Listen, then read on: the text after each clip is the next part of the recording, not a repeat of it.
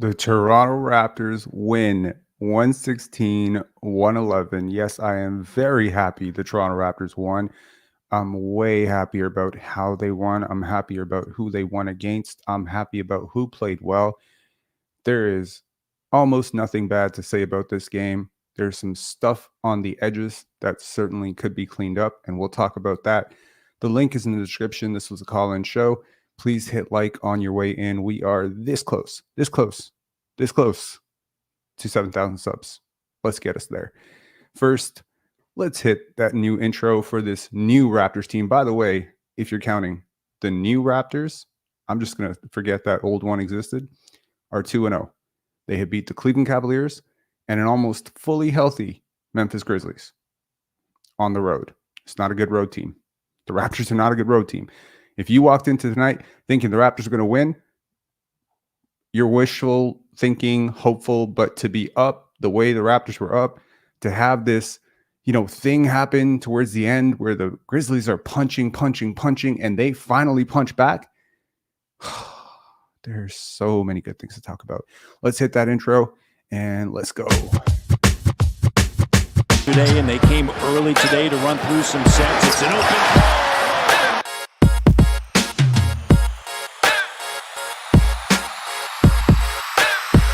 Let's go. That's why he's the GOAT! The GOAT!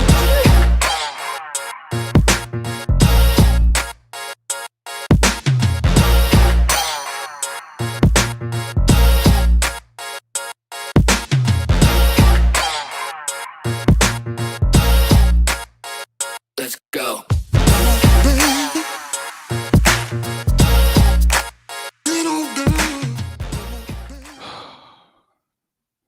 I gave my girlfriend a hug right after this game. She's like, "What'd I do?" I said, "It's not you. My team played well, man." There's something about how the Raptors have played for the last few years. Even when they win, it just sucks. I don't know how to explain it. It never feels sustainable. It's always some weird shooting luck thing. There's always like something about how they've played for the last 2.5 years that has driven me absolutely crazy because I don't believe in the process. Right now, I believe in the process. I don't even think the Raptors shot that well today. There's nothing that happened today that can't be sustained. Loved Jakob Poeltl's rim defense today. I've been pretty critical about it. I think he played really well today. Liked his screen setting.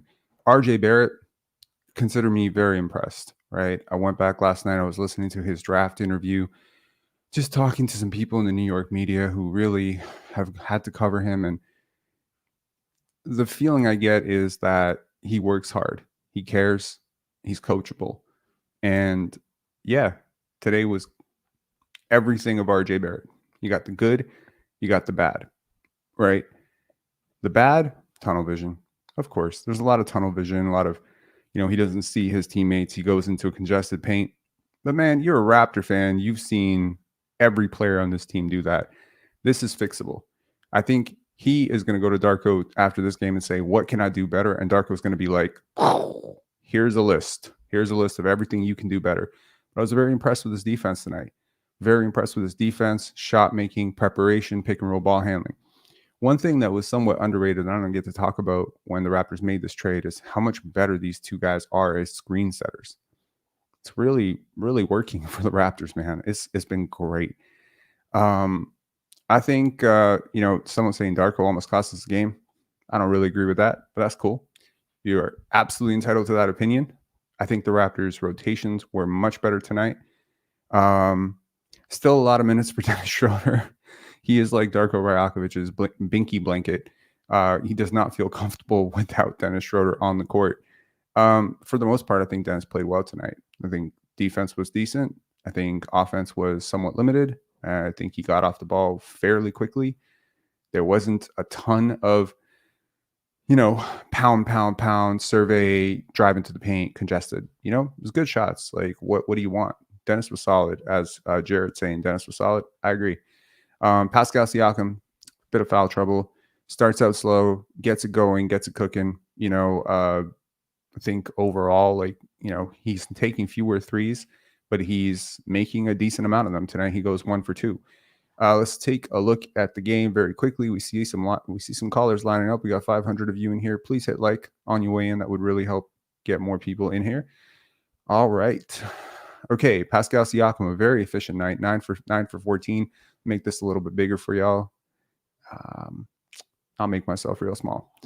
Okay, so Pascal Siakam, 9 for 14, gets to the line 6 times. Scottie Barnes, 7 for 14, 2 for 5 from 3. He's been 1 for 5 the last 2 games. So 2 for 5 is a slight improvement on that, right in line with his season averages.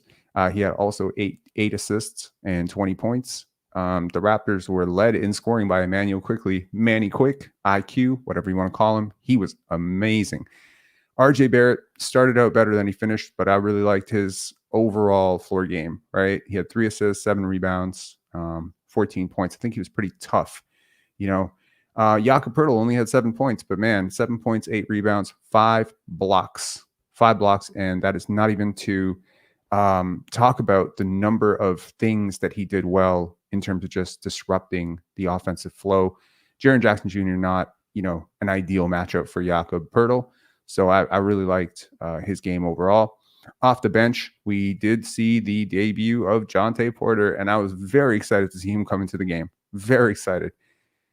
And for the time that he was on the court, I think the Raptors looked great. He didn't score a single point. He took 2 shots, bricked both his threes. I would love for him to keep taking those. It was absolutely great. Chris Boucher, a very energetic 13 minutes. He was watching as Jontay Porter got the look before him. In the second half, he gets another look, 8 rebounds, very energetic, running the floor. Comedic moment when Dennis Schroder misses him for that wide open layup and he stomps his feet. It happened 3 times tonight. So, they might have some communication issues there. Gary Trent Jr., I didn't really like his game tonight. I think he has to be much better. Just reading the floor and understanding where his opportunity is going to come from. But overall, 5 points. And then Dennis Schroder, steadying force, 16 points, 7 rebounds, 5 assists. Yeah, from the Memphis Grizzlies side, I mean, they got a balanced attack from their 3 main guys, Ja Morant, Desmond Bane, and Jaren Jackson Jr. Xavier Tillman started. Marcus Smart, disruptive as hell, started. I see a lot of Boston Celtics fans who have watched Marcus Smart make some really dumb decisions. And yeah, tonight they were for Memphis. I think he overall played a pretty poor game. But defensively, where he earns his money, he was a pest, and he was very impressive for them. Zaire Williams, a player that honestly I was not expecting anything from coming into this game. They started him early in the season when they were losing, and he was terrible. But man, some of those early reps seem to have worked. I don't know if it's just a very, very hot shooting night, but he looked very impressive out there and very huge. I can certainly see all the lottery potential that they saw in him. He hasn't worked out to date, but good day for Zaire Williams. Overall, let's take a quick look at the team stats here. The Raptors shoot 48% from the field and 46% from 3. Oh my God. I'm sorry. This is just amazing. On the road, right? 81% from the free throw line. I don't know which of those 2 numbers I am more impressed with right now, that they didn't kill themselves at the line or that they shot 12 for 26 from 3. The Memphis Grizzlies, a bombing 3-point shooting team. Ja Morant being like the one guy who doesn't really take threes in that, but Jaren Jackson Jr. can bomb for days, and so can Desmond Bane and Zaire Williams. And so they go 35%. So the Raptors defense overall tonight was much better, man, much better. It was so committed. Guys diving for loose balls. It was just really impressive. Assists, probably not where Darko would want this. Number 25, probably still a little bit of one-on-one stuff going on with the Raptors. And certainly we saw a lot of that late 3rd, early 4th. Overall, you have Jaren Jackson Jr., who's a defensive player of the year, reigning defensive player of the year on the other side. And you beat them in blocks. That's all. That's pretty much all Jakob Poeltl tonight. In terms of total turnovers, I think for a new team still getting used to each other, 12 is very good. You saw the transition game tonight. Scottie and IQ, man, that was so fun to watch. Absolutely. Largest lead. We have not seen a lot of days like this. 20 points. And they held it pretty much the entire way through, right until the end. And this was, weird because this is a trend that we saw in the previous game as well. You see this massive gap. I mean, the Raptors lead going into they ended quarters so well. And that is a sign of a mature team as well, because, they ended both quarters with a run, second quarter and third quarter. And then, I'd say the fourth quarter, there was a lot of toughness there. Immanuel Quickley was just friggin' amazing, man. There's a lot of makeable layups and stuff that he's missing right now. But to see this guy finally unlocked, I heard a lot of New York fans texting me like, oh man, it's happening sooner than I thought. It's happening, bro. And I found out, I was reading earlier today that the Raptors can't extend Immanuel Quickley until he actually hits free agency. I mean, if he keeps doing this, like, you're going to have to pay him through the wazoo, right? Like, I mean, he's great. Jay Bill is saying Immanuel Quickley is the truth. Hell yes, man. He is so good. And that skip and like the Raptors were dogless. Let's be real. They were pretty dogless for several years. There wasn't a lot of, you get into this perspective where, you start bending, and then you suddenly start to see the team just look deflated and depressed out there. And yeah, we got the callers lined up. We're going to have to go for real quick calls tonight. Real quick calls because we got 1, 2, 3, 4, 5, 6, 7, 8. Oh my gosh, there's a lot of you. Okay, let's go quick. Luis, what's up, man? Hey, what's up? Can you hear me well? Yes, I can. Perfect. Well, do I start? I have so much to say, so I'm gonna try to go quickly. I really liked how Schroder, like a little bit of like Schroder's kind of like scoring today. Like he went for a lot of his shots, but I was happy that kind of like that's the reason we wanted him to come off the bench to kind of like come in and try to do some scoring, do some ball handling. I still think he did a little like reckless like shots there, but I mean they went in, so it wasn't like the worst. I still think we should probably try to limit the minutes that he plays with Scottie and IQ, mostly so like give him the opportunity to do more of the scoring and what he wants to do.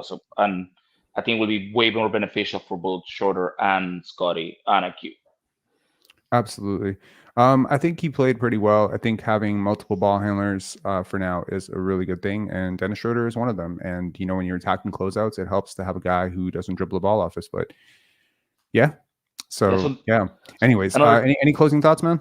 Yeah, another thing I was a little bit annoyed is like I feel like Siakam kept like really going for his ISOs and his attacks, but like he wasn't really like passing out. He was getting like boxed in and like double, triple team sometimes, and he was refusing to pass it out.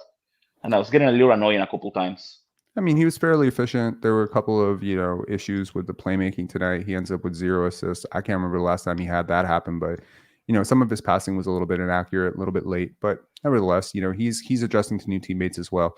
Anyways, Luis, thanks a lot for calling in, man. I really appreciate it. If you want to call in later, if you're still up or whatever, when there's fewer callers lined up, definitely go for that. Okay. Yeah, for sure, man. Cheers, man. Thanks. Okay, kick from studio.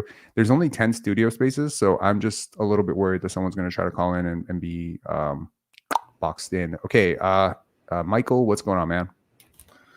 Wow, not much second up. That's pretty cool.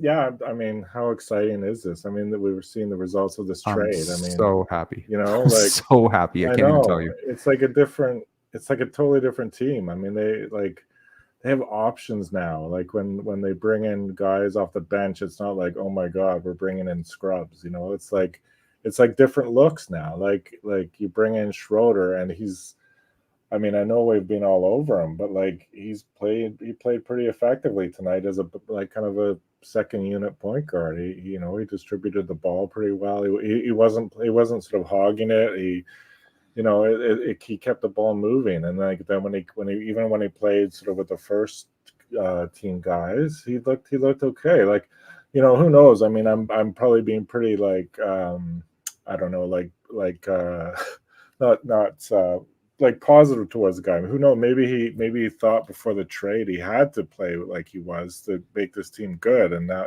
like I have no idea. I don't know what his personality is like, but yeah, maybe now he sees that need to do that, or the coach. I think there's always like an element of, which is a good thing when you have a trade of guys trying to make an impression on new guys. So, and then, habits bleed, right? So in the last 2 years, the Raptors have brought in Spurs guys. Thaddeus Young, who I think had a significant impact on the Raptors when he was traded. As much as people hate that trade for the way it turned out and et cetera, and Walker Kessler being so good, I think that trade had a positive influence because, you shipped the guy out and you brought a guy in who had very good habits. And Jakob Poeltl was the same thing last year, right? We make the trade a little bit later in the season. Both trades were deadline trades. And, you just feel a shift in the team identity. Sometimes a trade can be a good thing because it shakes some stuff up, and shaking things up can disrupt bad habits, right? Immanuel Quickley and RJ Barrett talk a lot on the court. Right. They communicate. Like, I was talking to my friend who went to the game. He said, I heard Immanuel Quickley more than I've heard any Raptor this year, right? Wow. Just talking the whole time, talking in the huddles. This communication is infectious. See, because when somebody doesn't call out a screen, and then the next person doesn't call out a screen, then that can also be infectious. So I think that it goes both ways. So I think that Pascal Siakam is not such a disruptive and such a dominant personality that he cannot be influenced by a stronger personality. I think Immanuel Quickley is a stronger personality, to be honest. So this is a really good thing if this team is going to vibe to the direction of Immanuel Quickley, and if they're going to take their marching orders from Scottie and Immanuel Quickley, I feel much, much more confident. And you can see those two have great communication on the court. They're constantly talking to each other, checking in with each other. Even in huddles, you're talking about like, okay, what could we have done differently? What are we going to do on the next play? This is the type of positive chatter that has been missing from the Raptors for a while now, in my opinion. So, yeah. Any final thoughts, man? Yeah, I guess the one thing I'm worried about, actually, the comment you just put up makes me laugh, because I'm like, oh no, I hope they don't all of a sudden think, oh yeah, we got to keep Siakam now because everything's clicking. I mean, I think they've got to keep their perspective and still move on from him, because as you were saying in your opening thoughts, like, if they have to re-sign quickly, like, you don't want to have Siakam's contract on this roster, like whatever, they're going to have to re-sign him. So I just hope they keep. I don't think I said that today. No. But you were saying earlier that if Quickley continues to play like this, they're going to have to pay him like tons of money. And if you have Siakam signed for another, whatever, 3-4 years at whatever money he's going to get, that makes it difficult, and so it's like I'm just saying I hope they keep their heads level and still try to shop Siakam, because he doesn't really fit in, like, play wise, but also like time wise. I mean, he's gonna be time will tell. I think defensively is my biggest issue. Offensively, if he continues to hit 37% threes and he's a ball handler and he can defend even reasonably, then he does fit. Yeah, no. The problem is he's 30 years old. That's it. That's the only thing. He's 29. No, for sure. I agree. Yeah, no, I agree. And it's like, by the time this team peaks, he's probably going to be like 33 or 34. And as you've said a few times, I don't think it'll take that long. I really don't. I think it could happen in the next 2 years, man. Anyways, I got to keep the calls rolling. But thanks a lot, Paul and Michael. Appreciate it. All right, a rare treat. NY4Raps and wow, both of you. All right. What's going on, guys? Same screen, great game. Same room. What's up? Yeah, we put a kind of. Okay, nice. Yeah. Love it. Great game. Good trade for both teams. New York Knicks. You're being diplomatic, bro. NY guys, please. I think it's a good trade for both teams. It is like the Halliburton and the Sabonis kind of trade. Because OG was masterful defensively. OG was plus 35 today, plus 35. So, well, I'm not looking at the points. It's called 11 points, but it was master. Like the game, we're watching the game behind us while watching Raptors game. But back to Raptors, Quickley is a delight, man. Oh my God, Scottie and Pippins. Did you see the pass to Quickley and Electron again? Back to back threes. Scottie to Quickley to Scottie. Wow, yeah, it's beautiful. It's beautiful to watch, man. A dynamic downhill guard. One training, they would have trained once. So imagine when they barely go back home and train. Yeah. Oh yeah. I mean, when they figure each other out, like they're smart. They're both smart players, super Yeah. smart players. They instinctively know how to play basketball. When you have guys who actually know how to play basketball, RJ is another guy who knows how to play basketball. His tunnel vision notwithstanding, he has a elevated sense of self, but he just knows how to play, right? These guys can fit in very quickly. And I think one Right? thing I like about RJ, right, it goes hard to the basket. Yeah. It goes through contact, so that's good. The tunnel vision that can be fixed with coaching. Yeah, no, I fully expect RJ to make leaps and bounds, like improvements under Darko. I have a feeling that this is going to be, one, you get traded, right? Obviously, you hear a lot when you get traded. You hear the ESPNification of toxic contract. There's a lot of like, okay, do I need to change? Do I need to figure some stuff out? Do I need to rehab my image here? He's a proud guy. He's a proud guy. He works really hard. He's tough. I like all of those things. He's talented. He's really talented. He's a really talented player. He has holes. He has gaps. I think these can all be fixed if he's willing to. I think, and he has not given me any impression that he's not willing to listen. He's not one of those stubborn knucklehead type prospects, And he's just 23. And exactly. It does not give me the Gary Trent vibe that does not want to grow. I think Gary wants to grow. I just think RJ is working with a completely different talent level, right? There's a difference between wanting to grow and wanting to put the work to grow, right? Like, he's been in the league for how long? And all he does is just to shoot and force shots and things like that. Gary Trent was our weakest link today. That's probably true. That is probably true. And Jakob Poeltl look like a player again with good pieces around him. Yeah, Jakob Poeltl looked good today. I'm loving Jakob Poeltl. Yeah. So you see, at the end of the day, it looks like we need to apologize to Masai Ujiri. Y'all speak for yourself. I don't need to apologize for shit. I was sitting here in the offseason like, trust in Masai. He gets it. You can't wash away a man's 20-year career. I've seen this guy for a long time. Assistant GM, Denver, Toronto, president, whatever. He does what he does on his time. And I think that's what's going on with Pascal right now, right? He's not going to trade Pascal for anything, for draft picks, so that's not going to. They don't want draft picks. They want something else. They want some young players and maybe a couple of draft picks. And but we need to wait and see where this goes, though, with Pascal and Scottie and with Quickley to see whether they connect properly. Because so far so good that we haven't really played greater teams to really see what we have. But I think the challenge. You're gonna get like better teams now. You're gonna go against Sacramento. You're gonna have an easy, hopefully easy game. Pardon? Sacramento not really a great team. I mean, they just lost to Charlotte last night, so they might be on red alert right now too, right? Yeah, I don't know. I think losing is not beneficial right now. Even if you're 4 games under 500 going into the trade deadline, you could still sell on Siakam, right? So I think there's a lot of people who think that, okay, well, if they start winning, they're gonna be like, oh, Siakam is like the best thing since sliced bread or whatever. You gotta understand, like, this is a team that's been trying to move this guy for 2+ years. 2+ years they've been dangling him in trades. They haven't gotten what they want.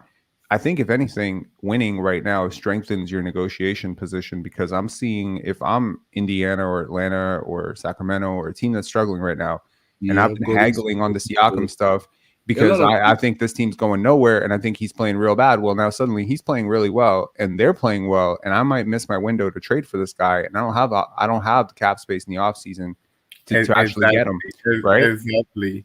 So this someone in Indiana, right? If they want to get him in the offseason, then they'll have to let go of a lot of contracts, right? So why number not one that, but number two, who the hell is going to Indiana, bro? Like, who's going to Indiana as a first choice, right? Like, these are not free agent destinations. It's the same thing as the Raptors, right? Like, but worse, but considerably worse. Like, no offense to Indiana, no offense to Memphis, or these are not stamped free agent destinations. So teams like this are going to have to make some swift decisions, and if their haggling points are Brooklyn Nets as well, Brooklyn Nets too, they might need Pascal as well to do something for them. Yeah, I mean, I was I might be off my rocker here, but I have a lot of issues with the Raptors defense right now. I don't have as many issues with their offense. I think Scottie and Gary and RJ and IQ and these guys can figure it out. The spacing is a concern. Defense is a bigger concern for me. The Raptors have a very big hole to plug with OG. Would you consider trading for Draymond? Yes. Me too. I'm starting to. I thought about it last night, and I was like, "Man, what do you need? You need ball handling. You need defense. You need passing, right? Like this guy is like." I'll flash. We'll talk about it towards the end if somebody wants to come on and talk about Draymond a little bit. We're talking distressed asset at 33 years old. Not a guy who's going to fall off the cliff anytime soon. He has 4 years left on his deal, about $100 million. Yeah, that's very expensive. But you're currently paying Thaddeus Young $8 million to basically warm the bench. You got Chris Boucher out there for $11 million. And if the Golden State Warriors become desperate to get off of his deal, now you might have an opportunity to actually do something, because he's still, in my opinion, and by the numbers, the best switchable big in the NBA. That might surprise some people, but analytically, he is still number one in crafted defense. And you get a second dog. The Raptors. We don't like people like Demar Green because of his character. But what is wrong with his character? I mean, he does some stupid shit on the basketball court. But and he laid out Jordan Poole. I want every Raptor fan who hates on Draymond Green to have one honest question to ask yourself. If you were Jordan Poole's teammate, how many games would it take before you punched him out? Facts, right? So, I mean, I don't know. I think strength and personalities, the dog, the defensive grit, etc., the championship pedigree, these are all good things. If you don't have to give up anything to get them, like you're just basically giving up expirings and shit, and then simultaneously now you can actually move Pascal Siakam for less. Not less, but you can basically parlay these into like two different trades. But the fact that you got RJ and Immanuel Quickley, you got your young players, right, that you can develop in place of OG and Precious. Okay, then you get your winning, which you need this year. Draymond is not going to make you lose this year unless he knocks out Scottie Barnes or something. Like, it's not going to happen. Like, if he fits, I think the Raptors don't realize how much this city, if he was on this team, would actually embrace him. Like, we going back to back, like Charles Oakley. We still talk about Charles Oakley. Charles Oakley was no Draymond Green. He was great, but he's no Draymond Green. So I think this might be a way that the Raptors could then trade Pascal for way less and maybe few future assets, like 2-3 first-round picks, a young player, and then just role players. You completely reestablish your culture. You get dogs. You're not, and I mean, shit. Do you want to face this team in the playoffs? Like, if they got Draymond, Quickley, Scottie, like, I wouldn't want to face this team in the playoffs unless I was the Celtics.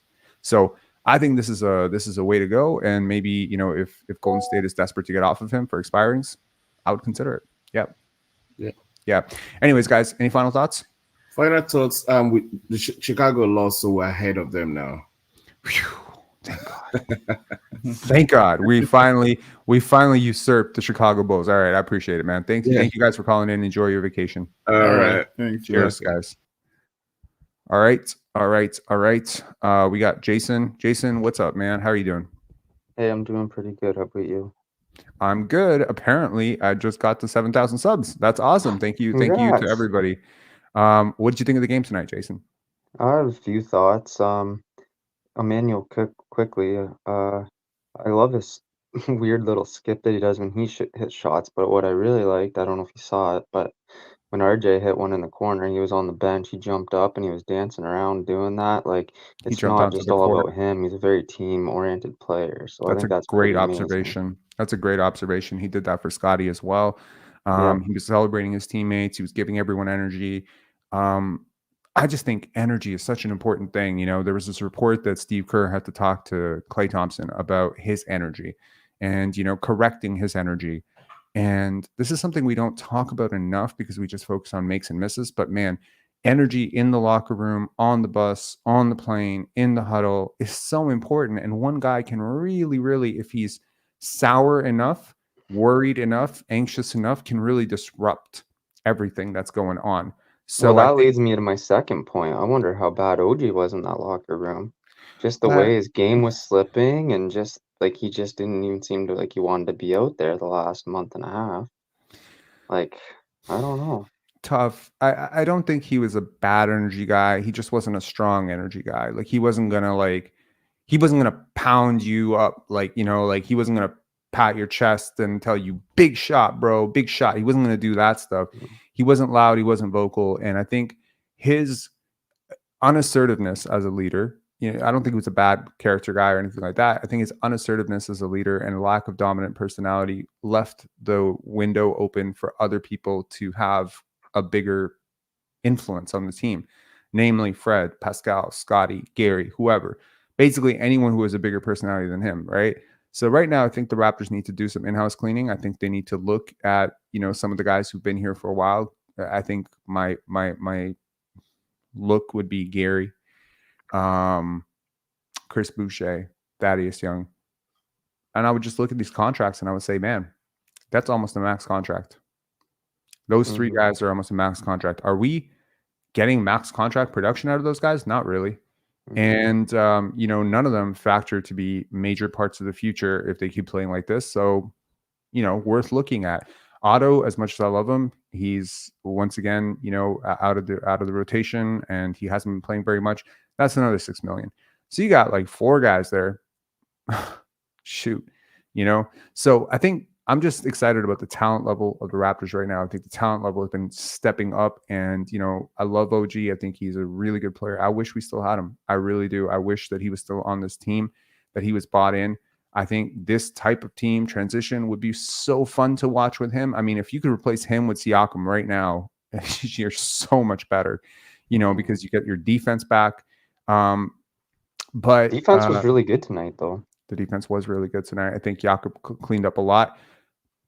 I think Immanuel Quickley was phenomenal defensively tonight. Okay, so that was going to be my final point. It really drove me nuts at the end of the game when Darko subbed in RJ Barrett and took out Immanuel Quickley, like, and he left in Dennis Schroder. Like, Quickley is the better offensive player, he's a better defensive player, and yet you're taking him out at I don't know, it had to have been within the last minute. I literally threw Yeah, the they were going remote at the offense for wall. defense. I think it might have been more to do with rebounding on the free throws. But I take know that Schroeder out though, right? Like, don't take that's fair. Quickley That's out. fair. Darko still trusts Dennis a little bit more, and, you know, having a vet out there makes him feel secure. I'm not going to cry over it. I think Dennis's role within this offense right now has been curbed so much. I think part of that is because, like, I haven't seen a player be able to walk up to Dennis and just demand the ball from him the way Quickley does, as often as Quickley does. It's almost like every single time Quickley sees him with the ball, he's like, "Hey, little bro, pass it over here." So it's been good.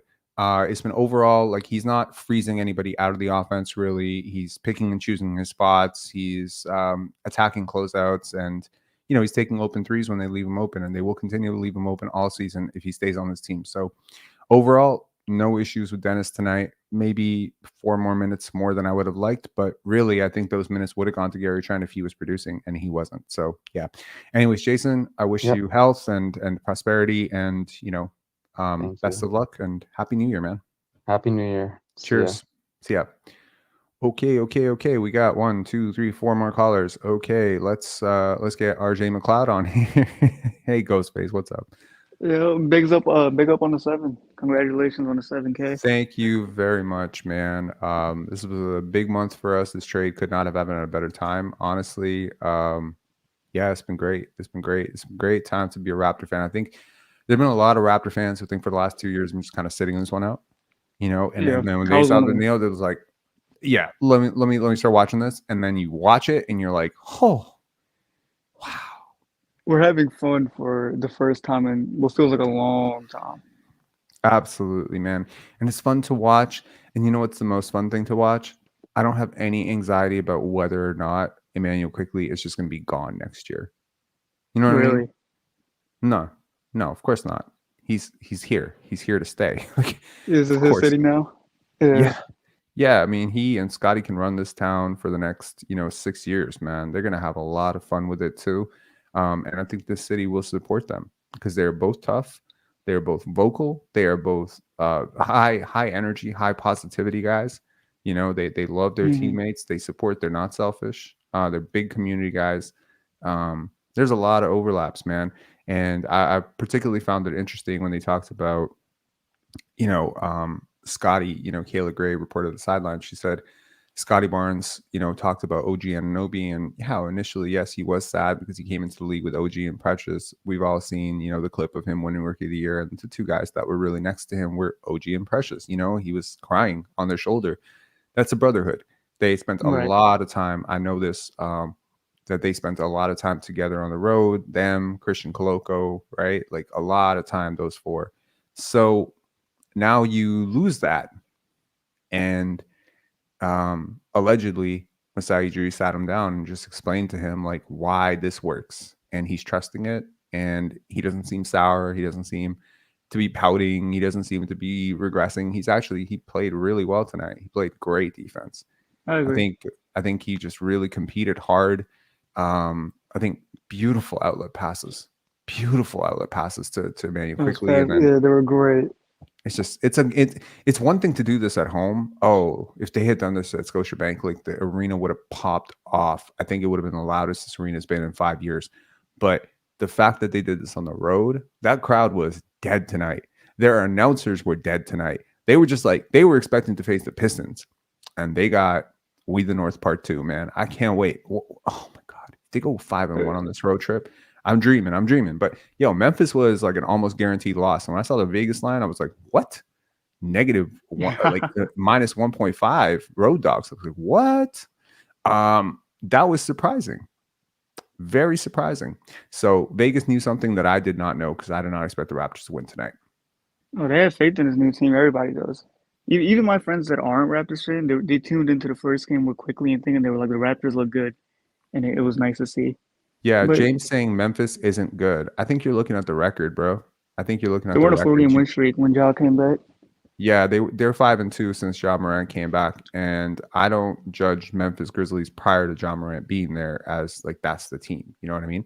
They still miss Steven Adams. Yes, I was a little bit. The reason I was a little bit bearish on the Raptors tonight was because Jaren Jackson Jr. and what I assumed was going to be a Bismack Biyombo start. I thought that front court could give Pascal Siakam hell. And, he goes under 24 points, but he was very efficient tonight. Didn't get blocked a lot. So, overall, like, I think he was okay. It's good.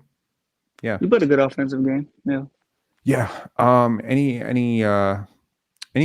thoughts on the Draymond thing? I don't agree because I want to go younger. But okay. I mean, that would potentially be part of the trade as well. Who would? You might. Pods? Yeah, I don't think you're getting pods, but if you were to get Moody as a throw-in on that in exchange for taking his contract, I wonder if Golden State is just that sick of him right now to just say, okay, take it. Oh, because of his suspension. Mm-hmm. But he's so like part of the house that they built. Like I don't know if sure. I mean, if people like casual people always say that it's Clay and Steph. But actual basketball fans know that championship was built on Steph and Draymond. Yeah, it's Steph and Draymond. Everything else can change. Not diminishing the value of KD, not diminishing the value of Clay, but ultimately it runs on those two. And of course, there have been like very valuable pieces that have come through. Andre Iguodala, Sean Livingston, whatever. They're pieces. But the foundation of that entire team and their championship dynasty was those two guys. So really, it reminds me a little bit of trading for, Charles Oakley. How'd that work out for us? How'd that work out for us? Worked out great. Okay. I mean, it worked out great. I mean, it was probably before your lifetime. It was definitely before your lifetime. But yeah, it was great. I mean, they traded. I mean, I don't want to say it worked out great because you traded Marcus Camby, and Marcus Camby was a former number 2 pick, and I loved Marcus Camby, but it worked out for what you needed at the time because you had a star and you needed an enforcer. And this was the thinking back then. If you have a superstar, Vince Carter, you need an enforcer. And right now, I think if you have, a team that is talented, you need and well coached, in my opinion, and has development staff, You need dogs. You need leaders. You need, you need defense. God, you need defense in the worst way. Now, obviously, the complication here is Jakob Poeltl. How do you play Jakob Poeltl plus Draymond Green? I don't know. Maybe Jakob moves to the bench, and then that's your center rotation, and I don't ever have to see Scottie Barnes guarding center ever again in my life. That would be a good thing. There's also the spacing concern, right? Does Draymond really help your spacing? Well, if he's replacing Jakob Poeltl, then yes, he does. He is a much better defender than Jakob Poeltl. He's as good a rebounder as Jakob Poeltl, and he's a better spacer than Jakob Poeltl. How does this make you worse? It makes you better immediately. And if you get Moody, you space the floor even more. Yeah, if you get Moody in that trade as well, I mean, that's 28, 29, 30, $30 million coming back. How do you make the salaries work? I don't know. I guess you trade Gary Trent Jr. in that trade, but I can live with that. Yeah, exactly. But you imagine the even more transition points that we'll have with the stops. Oh my God! Like the outlet passes that Draymond throws. Like I mean, I know. Like here's the thing. Like you don't get a player like Draymond unless he's a distressed asset without giving up assets, right? And his reputation is just bad enough around the league that depending on how the Golden State Warriors feel about him, I think it might be a decent idea. But I'm just looking at and I'll definitely go into it towards the end of this live when we get through with the callers. Just looking at the defensive analytics and just trying to find who are these great defenders around the league that might be available on teams that are going nowhere. There's Alex Caruso, there's Robert Covington, there's Matisse Thybulle. There's a lot of defenders that really Torrey Craig, Isaac Okoro. There's no. I don't think Isaac Okoro will be available. But that team's not going anywhere. Yeah. True. Jared Allen. I mean, I don't know. That might be tough. Onyeka Okongwu. If Pascal Siakam's going the other way. So yeah, I mean, there's a lot of guys. Anyways, man, any closing thoughts here? Yeah, just like 3 quick ones. What was it? I really want to see Jontay get more minutes. That was one. Me too. He's kind of built like what's that center on the real Greek Freak on the Magic? Goga Batadze? He's not, but okay. You don't think they kind of built the same? No. Batadze is like a way bigger player. Fair enough. I think he's bigger and longer, but yeah, I mean, Jontay is, yeah. I mean, unless you're talking play style. Yeah. Like the way they move is somewhat similar. Okay, I would have to watch more, but yeah, cool. Yeah. What's your next point? Him, what was it? There was this one play where Siakam, he drove and he held the ball too long, and RJ was in the corner clapping his hands. He was like, yo. And I was like, it's kind of funny. It's kind of ironic that RJ was doing the same thing, and now Siakam's doing it to him. Yeah. 3, I never realized it. You kind of look like Santi Aldama. Who? Santi Aldama. I look like Santi Aldama. Cool, man. People told me all sorts of stuff. Someone said I look like the OKC coach. Yeah, I remember you told me that. Yeah, I mean, I don't know. Whatever. I look like a lot of people. Anyways, man. Thanks a lot, bro. Peace. Cheers. Okay. Anton, Merle, what's going on? Hello? Okay. Done. Nasif and then Jonathan. Nasif, what's up? Hey, Rob. How are you doing? I'm good. What's up? Congrats on the 7K subs. Oh, thank you, man. I wanted to talk about that Draymond as a prospect. The thing is, Draymond, he makes plays from the top of the key. So I was thinking, wouldn't Scottie take up that space as well? So in that sense. No, that's fair. I mean, Scottie's draft comp was Draymond, interestingly enough, but he's morphed himself into a very different type of player. And I think by getting Draymond, you almost completely negate any idea of Scottie ever becoming that type of player. Not that he ever could. He's completely different. But I just think that he helps your backline defense, and he shores up some of even your point of attack stuff. Like, I mean, when you face up against stretch bigs, which is, let's admit it, half the league, I want a guy out there who can actually do something, He's boxing out a lot of bigs, way bigger than them. So yeah, and I mean, look, Scottie's jumper has been a little bit off. Let's say 4 for 15 is not that off. Fine. It's not that bad. 4 for 15 from 3. But I think a lot of it has to do with the fact that he's extending himself so much more defensively. And I just want, him to have a little bit of help on there. And who better to help than the best defender in the league, or one of the 5 best defenders in the league. as much as people talk about OG being a great defender, and he is, Draymond is still a better defender. So I agree. I was thinking like also Draymond can adjust. Like he doesn't have to just play up the top of the key. So I guess he would be. Sure. But the thing I was looking at, Warriors contracts, none of them would match Pascal's contract. Like Draymond's getting 22 right now, and Pascal's getting 37.8. So that would mean like Warriors don't have any prospects that they can give like enough to match the contracts. Well, I wasn't suggesting trading Pascal for Draymond. I was suggesting Draymond as a dump. However, if they were to trade Pascal for Draymond, then I would want a hell of a lot of the haul back. I would want their entire because the gap between these players is pretty significant in terms of assets right now. Pascal is playing like especially over the last month, he's been playing like an all-star, and Draymond has been currently suspended for his second such infraction. I just think constructing teams is a science and an art, and you have to understand how certain personalities vibe together. Immanuel Quickley and Scottie Barnes with Draymond Green works. They vibe all the same, right? Yeah. They're tough. They're really tough people.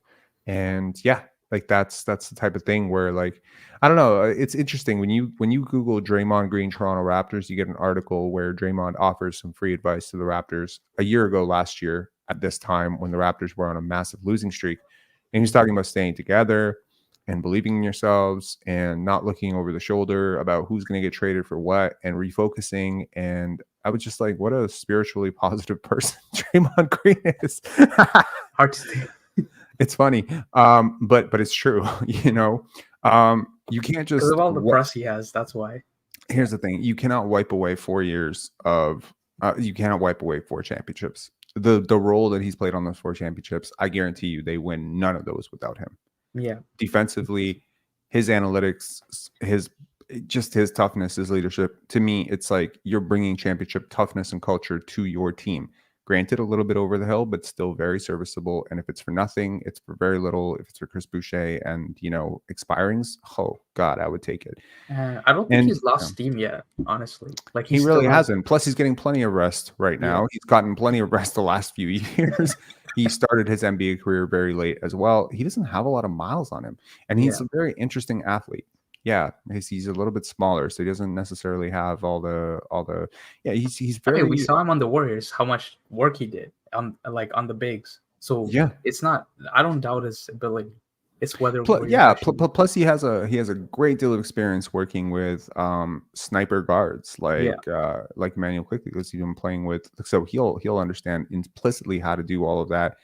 I think it just reshuffles your leadership on the team for the better. Probably. Anyways, man, Nasif, any final thoughts, man?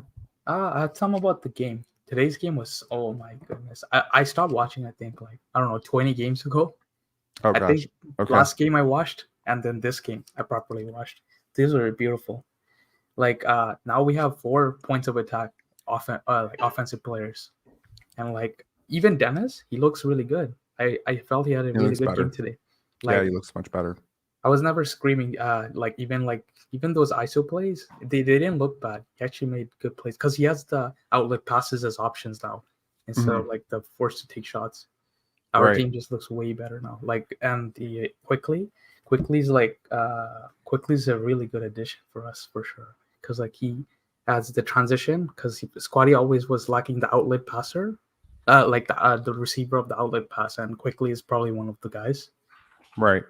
And he's also he has a really quick jab step and pull up jumper from 3 that's really deadly on transition. Because I was watching some highlights from him, and he's been one of the best additions. I think he's gonna get us probably to the playoffs. I think. All right, man. Thanks a lot for calling in, man. Appreciate it. All right. Yeah. Cheers. Cheers. Yeah. Anton, you're back. What's up? Can you hear me? Yeah, I can. Yeah, nice. All right. Well, thanks a lot, Rob, for holding this forum for all of us sad Raptors fans last 2 years. And but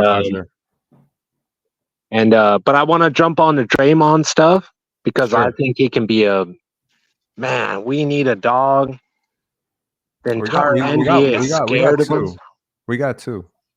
Yeah, but imagine Draymond punching fucking Quickly, or sorry, swearing, like giving a hit to Scottie, got championship pedigree. Like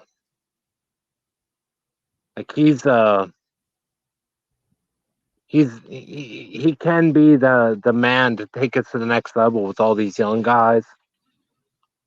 And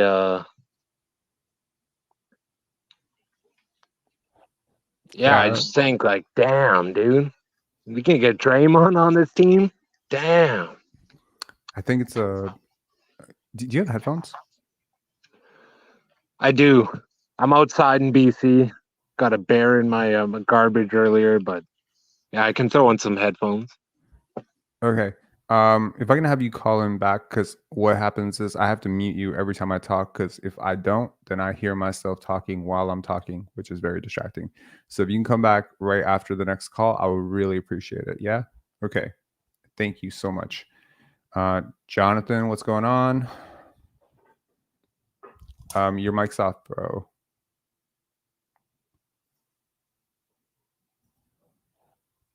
Your microphone is off.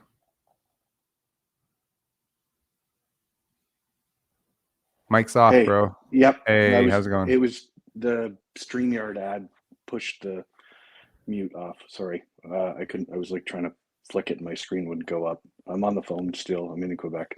Anyways, very quickly, congrats on the 7K, on the way to 700K. Thank you. Oh, wow. No, I'm serious, dude. Like this shit you have cooking is better than barbecue. So next, great game all around. I'll say one positive thing. Like everybody's going to say all the things. So I thought Dennis was great with Ja. I thought he did a really good job of like kind of clipping that shit. And pardon the French. And the other thing I was going to say is the Draymond piece. I don't know if you were reading my notes or if you were going through. I was thinking the very same thing yesterday, and I know it seems kind of like a wild take given the negative nature of everything surrounding him right now, but that's exactly why it works. That's exactly why it works. The buy low and get the upside is it's a no-brainer. So I'll call in later. I'll just let everybody do their thing and we can go through the reviews, but a very, very big congrats on the 7K, man. You deserve this. Thank you so much, man. This. Appreciate it, all bro. Right. Love all Cheers. of you. Okay. Thanks, man. All right. Sherry, what's going on?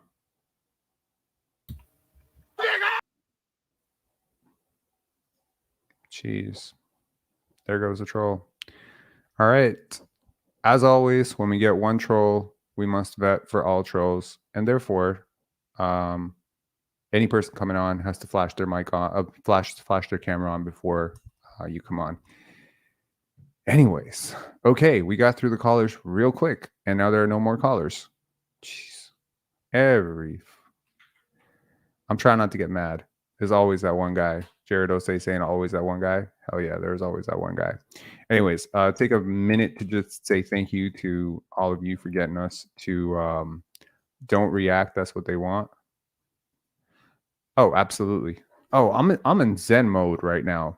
My team got a guard who can finish on all three levels, who can pass quickly, no pun intended.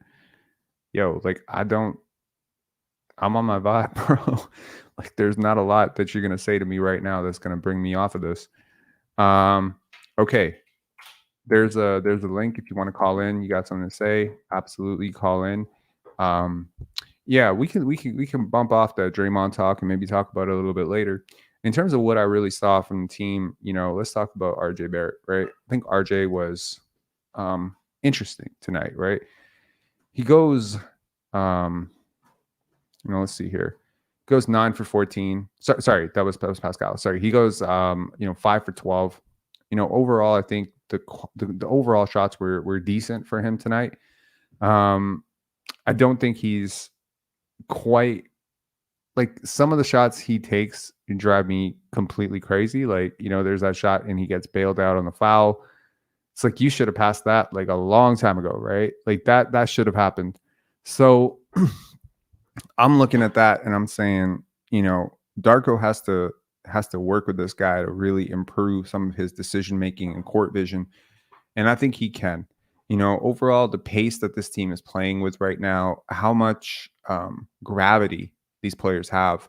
Like you notice immediately, there is such a difference in how teams are guarding Immanuel Quickley versus how they were guarding the Raptors' former guards. It's really night and day.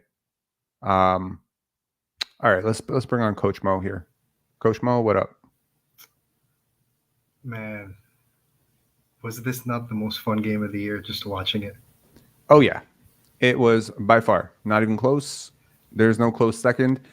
I don't think last year there was anything close to this. Listen, it was great.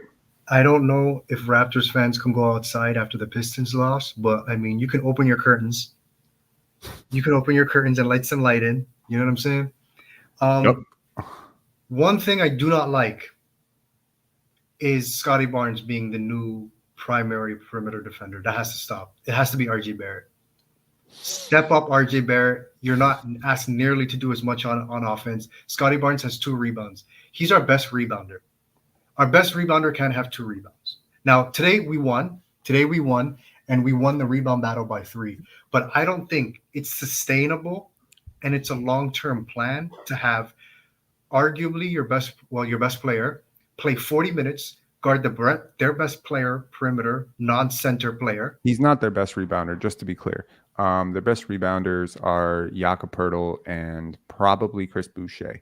Now that you have Precious Achiuwa gone, he's probably your 3rd best rebounder. I could probably verify that via the stats, but yeah, Siakam has been an abysmal rebounder this year, I think, which complicates the issue. But ultimately, so I think how often you rebound, you rebound, or how often you rebound matters on so many levels. Number one, how the other team is like, how they're playing offense. If they're taking a lot of long shots, a lot of long rebounds. If you're playing on the perimeter and they're attacking the paint, you're just not in position to grab rebounds. Yeah, but I look at rebounding as a low team rebounding. thing. It's his second game of low rebounding because it's his new assignment with the team of you're the quasi new OG. Okay.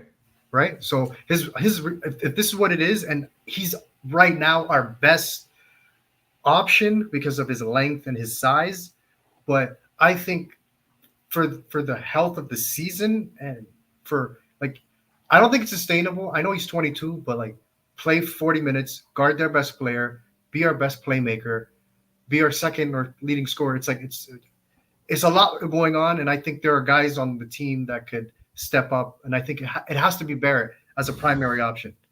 Right now, if you get switched and whatever, there's a bunch of cross matchups, sure, but I think it's a lot. I think in order for Scottie to be a hang back big defensively, I think Jakob Poeltl probably has to be more of a perimeter oriented player, especially when teams space you out with a guy like Jaren Jackson Jr. Right. So when you play a more traditionally, grinded out team like maybe the Knicks, right? I'm sure that Scottie will have more rebounds and probably guard a little bit closer to the basket. I was thinking, Pascal is definitely a better defender than RJ Barrett. Yeah, he is. Definitely. He is. Why can't Pascal be the new OG for now? He's already hitting the corner threes. We know that's not happening. But another reason why everything we were trying to develop OG into, Pascal can do it. Yeah. He can dribble, he can pass, he can do all the stuff that OG struggled to do with way more naturally. If he can hit corner threes and actually defend up to his capabilities, he's like OG +2. You know what I mean? Yeah. But he might never be the defender that OG is, even in his prime, but he'd be like 80% of OG defensively if he tried really hard. Yeah, I know that. He has the physical tools to do that. But the reason why I want it to be Barrett is because Barrett's going to be here for a few years, so he might as well at least get those reps. If we're going to do development with Barrett, it's getting his decision making and his playmaking skills up. He's never going to be a great playmaker, but getting it up, right? Especially in transition, but also with some of the wing players that I've seen play make for this team, honestly, he feels like a revelation. At least 2 times a game, he makes a read where I'm like, dope, Yeah. It's funny. Someone messaged me and they said, or someone was commenting on Twitter. They said it's much harder to make a player who's naturally unassertive assertive than it is to make a player who's naturally assertive a little bit less assertive. I don't think I want RJ Barrett to be less assertive. I just want him to see openings when they present themselves. And I think that when he does a film study with Darko, he's going to be able to show him like, hey, you see that right there? That was open for you. Yeah. That was open for you. And here I want you to take. And the cool thing about Darko is he's not rigid. Like he doesn't want you to be like, okay, this is the way we're playing and that's the way we're playing. And he'll meet you halfway. He'd be like, what kind of player do you want to be? You want to be a player who does this? You want to be a player who does that? Well, if you want to be a player who does that, we're going to do this. And if you're going to be a player who does this, we're going to do that. He gives these players options. He psychologically very much understands how to communicate with athletes, which is why I think I was very pleased that on a national broadcast, we got that Desmond Bain plugin for for Darko Rajakovic. I was like, that's very good. I'm glad. I hope that people hear that and people can see that. So that's my one concern is just having Scottie wear way too many hats on a team that's now more talented, right? Before we got it, especially when OG went down, it was like, it is what it is. But I think Scottie needs to remove like a hat at least if you're going to play him high minutes. Another thing to me is, Gary sweating. If I were him, I'd be sweating because competition just went up. And you laying eggs now, you're not starting, and we don't need you to play well anymore. No, we still need him to play well anymore. We need him to play well, bro. On the bench, bro. You want 38 minutes of Dennis Schroder because that's where you're headed right now. Well, you need him to play. Listen, now, you know me. You see my picture. You think I'm a Schroder fan? I want to throw a parade because he played 29. Okay. But okay, if Gary Trent Jr. is going to be a walking turd every night, I mean, my goodness, you making $18.5 million. You can say goodbye to that shit. I mean, wave that goodbye. He's in a tough position. I think I'm tougher than most. Rob, no more excuses. How long has it been? Because last year we want to blame Nurse, and I was on that train with you and a bunch of people. I said it was Nurse, it was the culture, it was this and that with Malachi, with Precious, with Gary, whatever. Barnes had a bad year. Okay, but at some point, when is it on Gary? Dude, it's always partially on him. I'm just saying, like, it doesn't like. And you think he'd have less pressure now? You think he'd have less pressure now? Because we don't need him to perform, right? Before, we really needed him. Like there were nights. I argue you still need him because he's a considerably better shooter than your other options here, and you have you have one starter now, two starters really that are negative spacers. If you really want to see, okay, now interestingly enough, RJ Barrett not a great shooter, right? Not a great shooter, not a great 3-point shooter, whatever. But I was noticing the defense that Taylor Jenkins was much more comfortable leaving Siakam open than him. Right. So you still have 3 negative floor spacers right now. And somehow you're making it work with beautiful spacing because honestly, IQ just does that much for you. Right. Yeah. You're still kind of like below average. What was interesting was seeing Jontay Porter in because suddenly you overwhelmed the odds. Now, if you were to, let's say, play the following lineup, just as a hypothetical, theoretical lineup, let's say you were to place Immanuel Quickley, Scottie Barnes, Gary Trent Jr., Otto Porter, and Jontay Porter. Oh my God. I know. Can you imagine the spacing you would have? Like you might have spacing out to the parking lot. Okay. So Jontay Porter, man, I'm sure you guys talked about him, but we were such a homeless shelter franchise that watching Jontay Porter play and not make any mistakes and just play solid, we're like, thank God, this dude is nice. He's not Precious. He's not air. Oh, there was some potential there. Air. We're not doing that anymore. It's just a breath of fresh air. Just a fresh, perspective on this. Jontay is 24 years old. He will not be 25 until next season. Okay. This and is how awesome. old's Precious? How old's Precious? Same age. He's 24. So here's the point. You found. Okay, so here are the young players that I really like on this team: Scottie, IQ, Jontay. Grady, Koloko, Yeah. Javon Freeman Liberty. That's 6. I do not have 6 young players that I liked on this team before. Here's one young player that I could really come around on, and I hope I come around on a lot. Barrett. Yeah. That's 7. That's great. What I like about 7 young Barrett players. is what I really like about Barrett is he has this weird knack of making something out of nothing. Like that dude can play in a freaking phone booth. Yeah. No, he navigates tight quarters really well. For all of his warts as a player, his handle is tight enough, and his body, like he has. Okay, so I remember playing this point guard once who killed me, and I don't think I ever been killed by a point guard that much because I'm not very strong. I don't tell if you can look by if you can tell that by the look of me, but I'm not super strong guy. I'm not overly beefy lower body. And there was this one guy we played. I remember this was like, I don't remember, was it Bendale or I can't remember what school it was, but this dude had such a high center of gravity, and he had this big caboose. He was the point guard Chuck Hayes. He was the point version of Chuck Hayes. And bro, this guy got me in the post, and I was like, I feel like I'm facing off against a fucking dumpster truck. Like it's coming at you, man.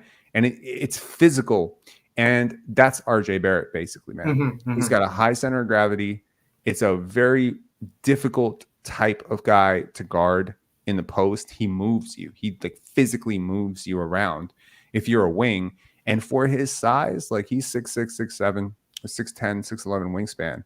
But man, like this dude is he's strong. Like he's super strong. He's like OG. Like I would venture he and OG are pretty close in terms of like he's a more overall coordinated, strength. on balance. But he's more coordinated and on balance, and that is the difference, right? So in the same situation, he's going to do a spin move and he's going to find himself underneath the basket, but he's not going to trip over his own feet, right? So yeah, I think if the defense can get a little bit better, I think today it was competent defense. I also think what this does for the Raptors down the line is it opens up this very unique potential to have him as a big defender. Yeah. Because the solid base, if he becomes a post defender for you, right? If he becomes a guy who guards centers in small ball lineups or power forwards, if teams go small and they have one big in there and he can sort of provide something on them, like how much smaller is he than OG or Precious Achiuwa? It's not that drastic a size difference, but he just might be like, he's got something there in terms of his post defense. He's like an inch shorter. He's like an inch shorter. He doesn't have the wingspan, but yeah. Sure, but like here's the thing: his head is really small. So where are his shoulders relative to OG's? I would venture to say they're exactly on par. I was shocked when I found out that RJ was 6'6.5" because he felt 6'9" to me. He's like the most 6'9", 6'6" guy I've ever seen. Yeah, I know. So last I checked, guys don't guard with their heads. Big head guys get a lot of inches on their height that don't really fucking count. Long neck guys, same thing. Chris Bosh, exactly, right? Did Chris Bosh ever feel 6'10", 6'11" to you? No. Exactly, because he had a long fucking neck. It was all face up. Yeah. So that's exactly it. So I think that RJ, has the potential to play up a little bit. It's funny because I listen to people say all the time that he's too small to play small forward. I'm like, what? That's crazy to me. He's a forward to me. And yeah, I don't give a shit about the height and stuff because last I checked, Draymond Green is basically like the same height as RJ Barrett, and he's guarding center. So it's not about height. It's about your physical tools that you have, where your hips start, strength. All of these things matter. Length, all these things matter. So yeah. One thing, when you were making these positive videos about like our future after the trade and all these young players. Sure. One thing that I really like is, and things are changing, especially when Darko was talking about the Grady Dick and the plan we have for him, and then hopefully he's going to be in the rotation in like a month. And then you're seeing Porter play, and it's like, okay, we can see the light at the end of the tunnel. It's like, okay, we've been screaming at the heavens. What are we doing with the 905? What's a farm team if you bear no fruit? Mm-hmm. You know what I mean? Right. If none of the 905 ever touch the main team, what's the point of its existence? We haven't seen that in a while. So things are looking up. And if this was an egalitarian offense, Quickley would be our leading scorer. 100%. He was our leading scorer. No, I'm saying he would lead the team in scoring for the year. If there were no names or numbers on the back and you knew nothing and you were just a fresh coach that you got dropped on planet Earth, he'd be the leading scorer. You're that high on him, huh? Yeah, he's that nice. He is nice. He's really nice. And look, man, there's like this channel took a lot of slander last year for being very Scottie centric, right? Scottie got to be point. Scottie got to do this. Scottie got to do that. Would you understand why? Because he was the only one. It's not some sort of fucking agenda, against the entire world that, oh my God, it's Scottie over everything. Yeah, he was the only thing. He was the only he was the dog, yo. Like, I mean, shit, like people don't understand. Like there's levels to potential and upside and game and IQ and all that stuff, right? When I talk to a scout, like they say, that's my 5-star, that's my 4-star, that's my 3-star, that's my 2-star, and that's my, I don't talk to them, and 5 stars are rare. Most teams be lucky to have 1. Some are lucky enough to have 2, Shaq and Kobe, right? Mm-hmm. You look at 5 stars in the NBA as very different than 5 stars in college or in high school, because you're looking at, like, if I was to rank out the league, Scottie's a 5-star recruit. He's a top flight talent. He's an all NBA guy going forward. Will he ever be an MVP? I don't know. Champion? I don't know. But he's that level of talent. Talent comes from the 6 inches between your ears. It's also your physical tools. I look at Scottie Barnes as a prospect 3 years ago, and I said there's nothing stopping him from being great. And I look at his personality profile, nothing stopping him from being great. When I see Immanuel Quickley, I say same shit, same thing. Clearly, I think Scottie's a better prospect and a better player and all that stuff, but that doesn't matter. What I'm trying to say is the same thing, is that he can be on that level with you. He can be a starting player on a championship team, 100%. I agree. Immanuel Quickley can be a starting player. You already have 2. You have 2 pieces right now. You can Facts. You can book on the starting lineup of the next Raptor title team. In theoretically, you already have 2. Yeah, you do. And I think that, now if you do make another trade, you got to find 3 and 4. Yes. And then you got to somehow work the magic with RJ Barrett to make him into 5. Because he's talented. And I think one of the things you can do is putting him on, like, maybe not the best player, but the maybe the second, some nights the first, as like a development. Because this year, we're not really going to do much. I want to get into the play-in. I want the Spurs to take our pick. I don't want our 2025 pick in question. I don't. Anybody that does is neither. Insane. Give them the pick now. I don't care if it's 7. It doesn't matter to us if we give them 20 or 7. That just makes you feel better at the end of the day. I don't care. Yeah. But no, for sure. I think you need to make him a better decision maker, a better playmaker. And I think you need to make him a better defender. And the only way to do that is to throw him in the fire. And I think he can handle it because he's from New York. He played for the Knicks. And he's 23. So it's like he's not a pup. I think you just do it instead of telling Scottie to guard this guy, then guard that guy, then guard this guy. It's like if we're going to do anything, he needs the guys with him to be ready. And you got to throw them in there too. You can't shield them. I think there's an understated value of actually winning. You have Immanuel Quickley right now, right? He is not okay. So two interesting notes here, and then we'll see if we can find some post game analysis and the post game interviews and stuff, and move on to that. I don't want to do such a long live today. I want people to be able to check this out tomorrow and just get the overall gist of happiness without the overwhelming, negativity of, oh my God, it's 4 hours. RJ Barrett in the playoffs has been phenomenal. I'm going to say that with a straight face. Regular season, not so great. Playoffs, fucking phenomenal. Canada. Would you believe me that RJ Barrett has a higher box of minus in the playoffs than Pascal Siakam? No, I've watched Pascal Siakam in the playoffs. Exactly. So career over career, RJ Barrett has stepped up in those big moments. Through 2 series, he's been friggin' amazing. I think through, I don't know if it's 2 series, 3 series. He's been great. What's this Draymond Green thing they're talking about? Huh? Is there a Draymond Green trade proposal or something? Oh, I proposed it. I'll take ownership for that. I'm the one. You don't have to talk about it. Just say it. What's the proposal? Chris Boucher and Thaddeus Young and Otto Porter for Draymond. The Warriors would do that? I don't think they would. It depends. I would do it though. I'd do it. Draymond's got 4 years left on his deal. I'm talking about trading 3 guys that you're not playing. The Jakob Poeltl contract and the Draymond Green contract together. Hey. No, I feel you, but that's like Jakob Poeltl moves to the bench after this trade. So who's starting center? Draymond. Yeah, I mean, Draymond has as good a chance of stopping Embiid than Jakob does. So whatever, like, for real. He has a much better chance. What do you mean as good? He has a much better chance of stopping Embiid. I'm just saying. I mean, look.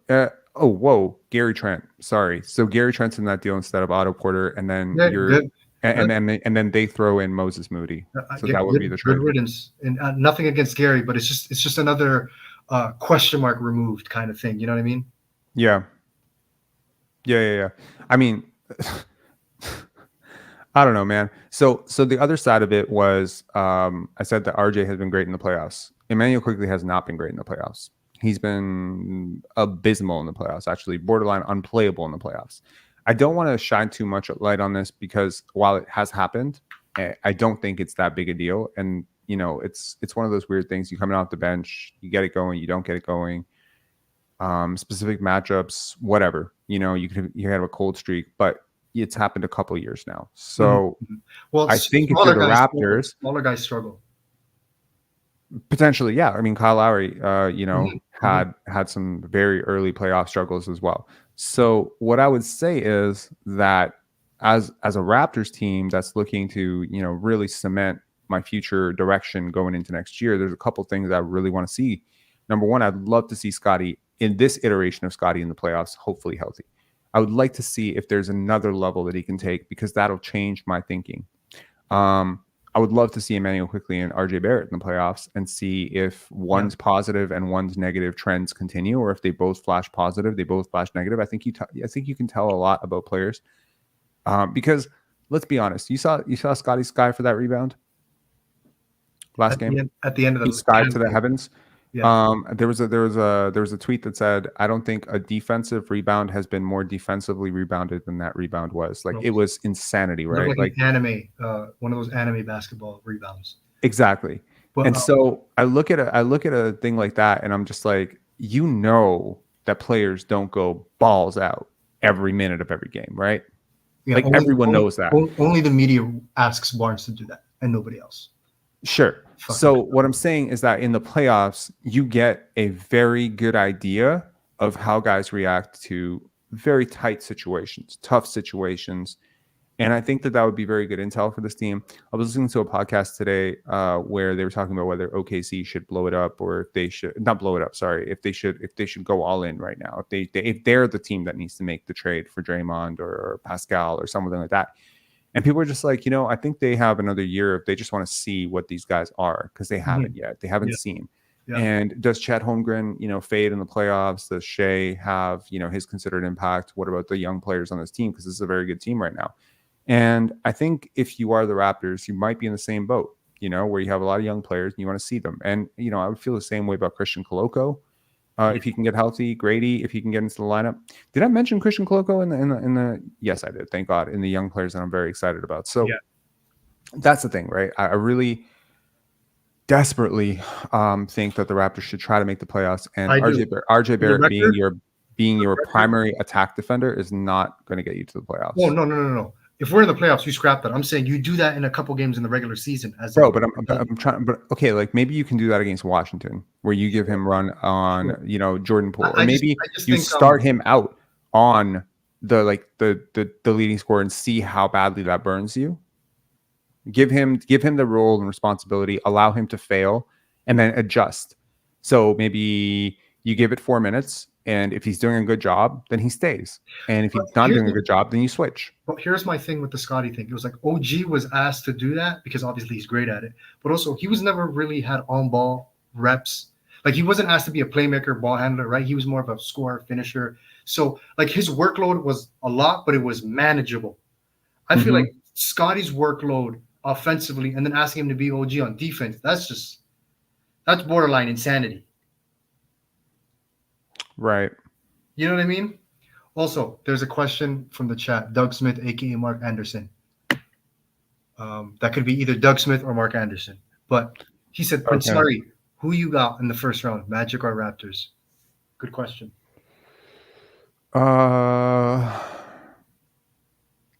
Raptors. Me too.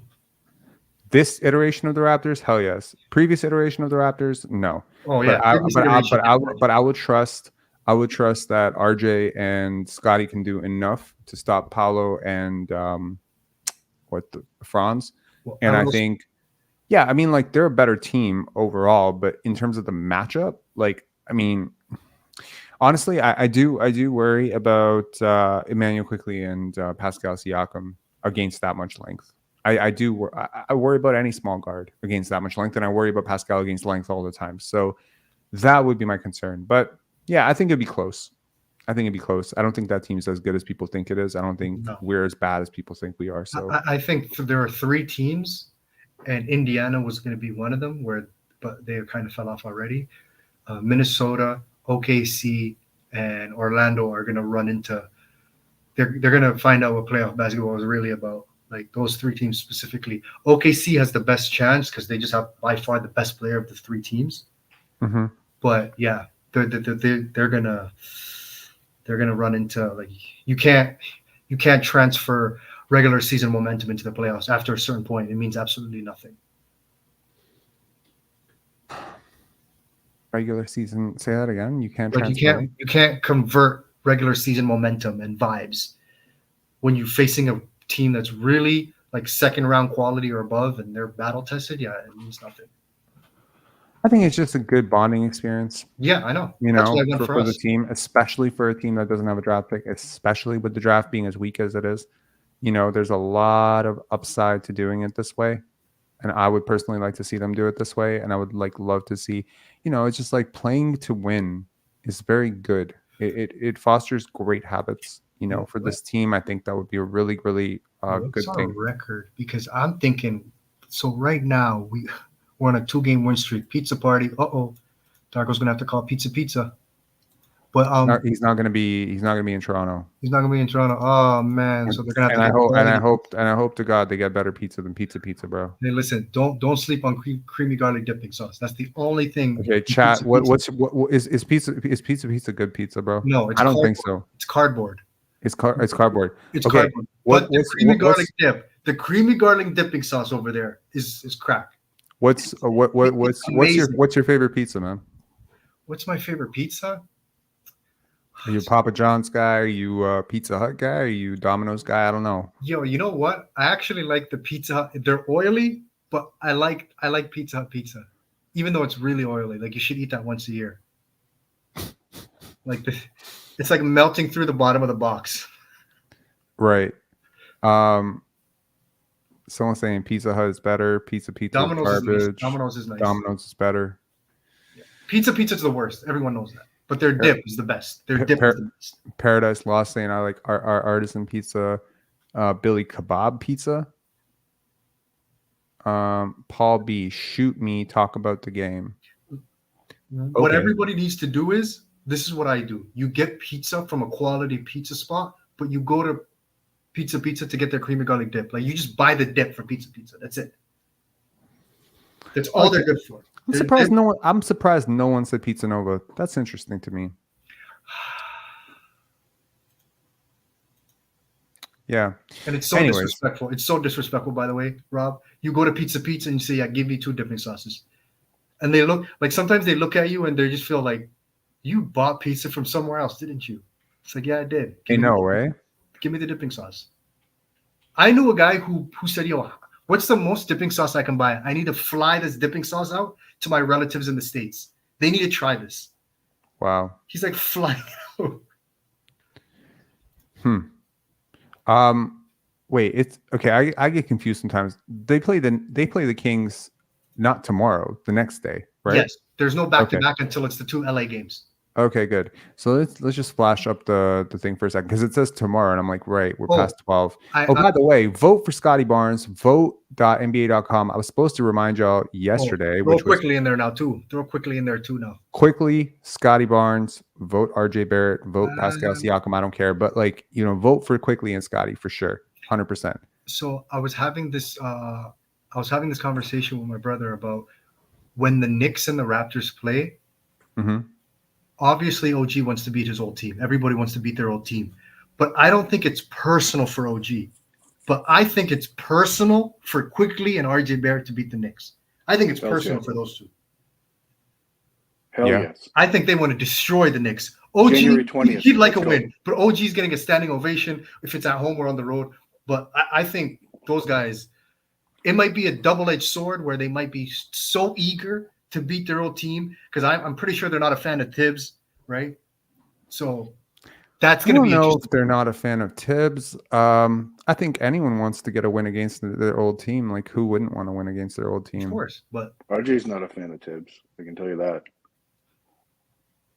Well, he did kind of soft one out, but yes, misuse him, put him put him like nothing around him to succeed, and he still was okay. RJ with RJ on the starting lineup with Mitchell and Randall, it's like that was like our starting lineup. It was like Randall's a stump.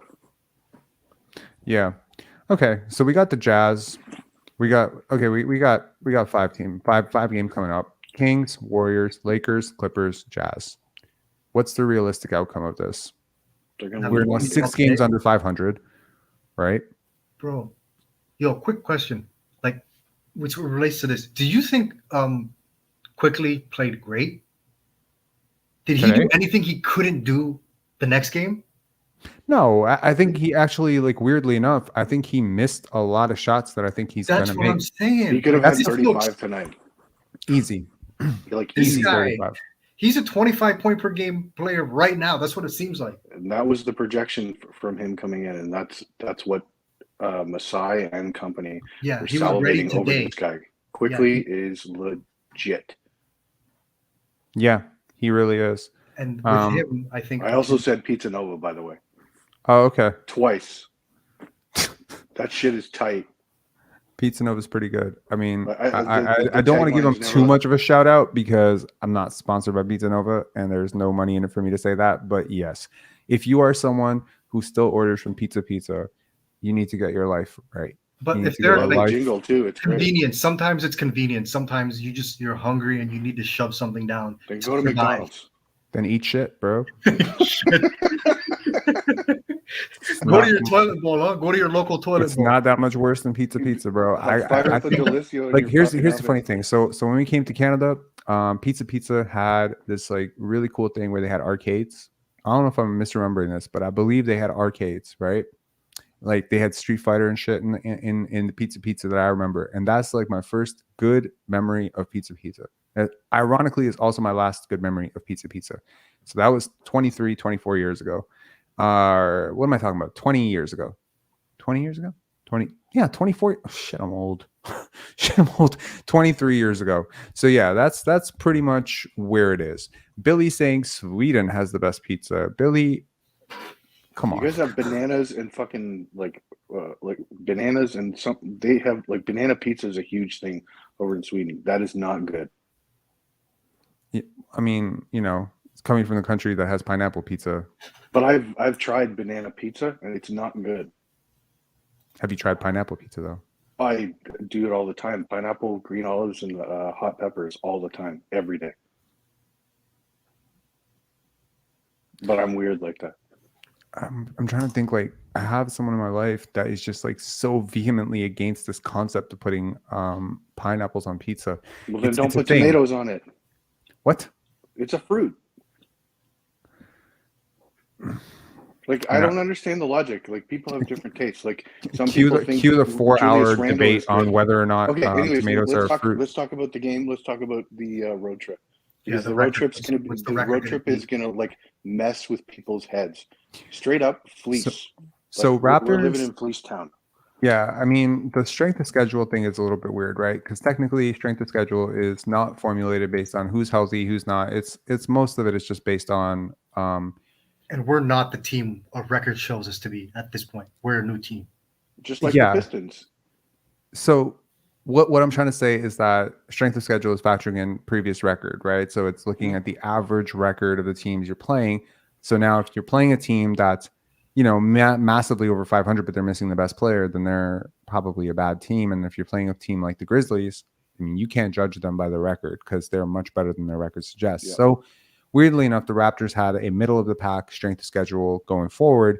And now we are in, game 1 out of 6 on the road. And yeah, it doesn't 6 in a row on the road. Yeah. Aren't they all on the road? Yeah, they're all on the road. The next game at home is Boston. Oh, wow. Yeah. What a gift to come home to. And then you have Miami. So you have Boston and Miami. So really, I mean, this team is looking at 10 games, right? Look at it as a 10-game sample starting. We're 3-3 on this trip. We're 3-3. Worst case scenario, I believe. Worst case scenario? Yeah.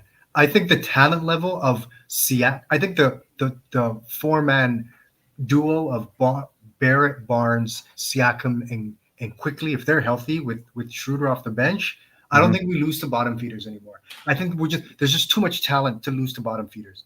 Yeah, spicy barbecue. Where before we struggled on offense so much and we had such horrible rotations and we had like quasi NBA players, like 3 or 4 of them on the court playing. It's like those days are over. Like I just don't see over after 2 games.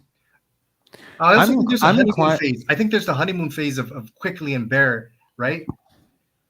I think there's always a phase where the team that receives players, the players don't understand the culture of that team, so they bring in the culture of the old team, and then it meshes, and then at some point, the overwhelming force goes back to who are you really? Right now, I think a lot of the new guys are. I mean, these are weirdly enough, these are not nobodies. No. Right? Oh. Immanuel Quickley and RJ Barrett are not nobodies. They're names that average NBA fans recognize. They're young players with a bit of cachet, buzz. You might argue that there are fans out there who probably, if you had asked them this offseason, who's a better player, Immanuel Quickley or Scottie Barnes? The average fan. If you ran that poll on not Raptors related, forum before the season, before this season, I think Immanuel Quickley wins that vote. Yeah. So these are not nobodies. These are not, especially in New York, but honestly anywhere in the United States. That probably goes in IQ's favor. For sure. Yeah. 2 years ago, if you ask the average fan, RJ Barrett or Pascal Siakam, who would you rather have? It'd be close. It wouldn't be right. See a 50-50. 2 years ago? 2-3 years ago. That's in terms of potential, yeah, that's a fair question. In terms of would you trade, like the would you trade argument of, okay, let's say 3 years ago RJ was in his second year. So let's say you say to Knicks fans, would you give us RJ Barrett for Pascal Siakam? Most of them say no at that point. They hadn't quite lived through the entire RJ experience at that point. So what I'm trying to say is that these are names. These are not Thaddeus Young at 33. And these are not, no offense to Jakob Poeltl, it's just not Jakob Poeltl. And it's not like a role player necessarily. These are, guys who see themselves or have been seen in the league as stars. Not full stars, not fully developed stars. They're young, et cetera, et cetera. Come on. But still. Yo, Rob. Unlocked, by the Aiden Muhammad has lost his mind. Come on, man. LOL. What? LOL. What? Aiden, what? Are you 12? Pascal's a champion. So is. It doesn't matter. I'm talking about how a casual Knicks fan would probably process the information. They don't care that he's a champion. So is Jordan. I was just gonna say. Oh no, the Jordan Poole argument again. So is Jordan Poole, buddy. Yeah. And he's the leader of a team. Jordan Poole has a Funko Pop. Like people know who he is, man, and he's trash. Yeah. Yo, Yeah. Rob, interesting. You know how the Pascal trade and all that. It's like you want to take a team when they're down. I don't know what we can get for the Lakers. The Lakers suck. They're right now losing to the Heat. It's looking grim out there. They tried the starting lineup today. They started Reeves. They're throwing anything at the wall and hope it sticks. Okay. I think this team is right for the pickings. They're going to do whatever it takes. What you think? There's an opportunity here. What would you want, Austin Reeves? You're not going to get him. They'll never give him up. That's never happened. For Pascal? No. Not the Lakers.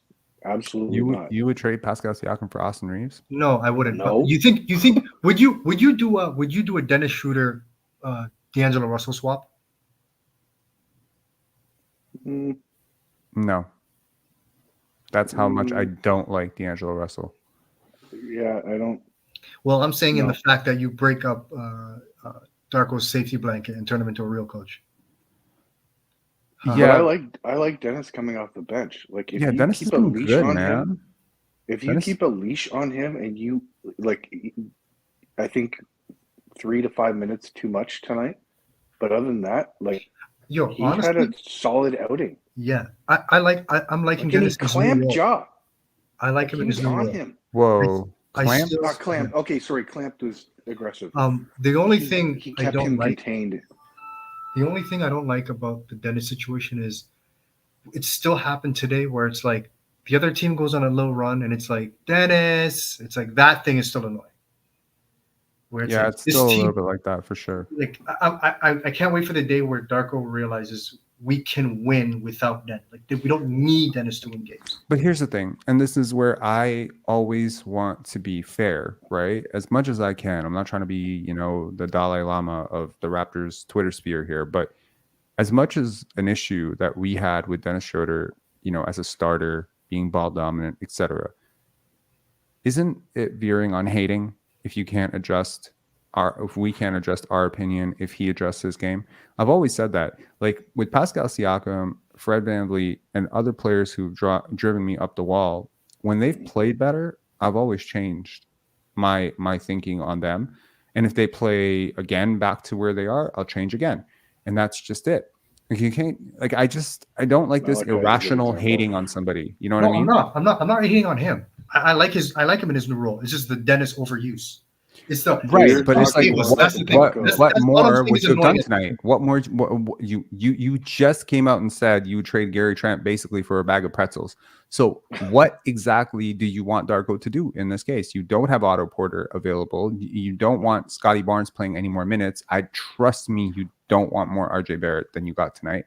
You don't want RJ ending games. You don't want RJ ending games. It's not that I don't want him ending games, dude, but it's like RJ is the type of player right now at 23 who can cost you a game in ways that Dennis can't.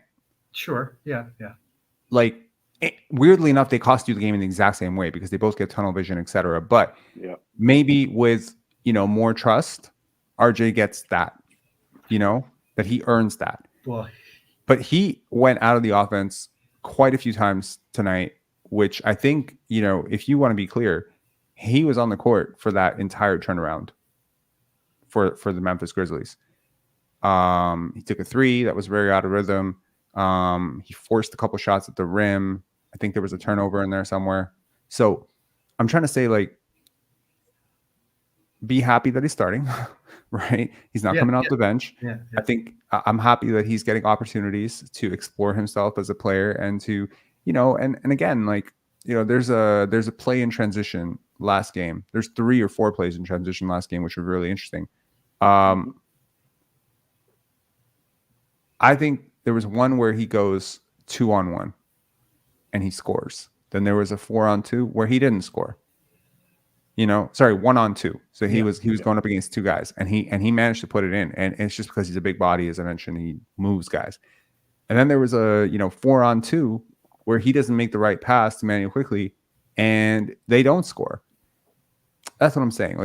I can see the rationale for wanting to finish out games with him, but I also see the rationale in keeping Dennis on the court because Dennis wasn't killing you tonight. No, he no, played was well. amazing. And so you go with your best 5 guys. And tonight, Dennis was better than RJ. He's a better player than RJ tonight. Overall, as a facilitator, as a ball handler, as everything. Like, he was just better. Now, will he continue to be better? I don't know. Like, because Dennis goes through his own zones where, you know, he can't buy a bucket and he just goes into his zone and he's missing shots at the rim or whatever. I just want fair. And today I'm good. But it's like, what about a night where Dennis is laying an egg, which just happens. It happens. Okay, well, now you have options. You have plenty of options. What I'm saying is, what if he still goes with his guy regardless? That's where I'm still not sure if it's going to happen. Deal with that then. Don't have an emotional reaction to that now. You know what I mean?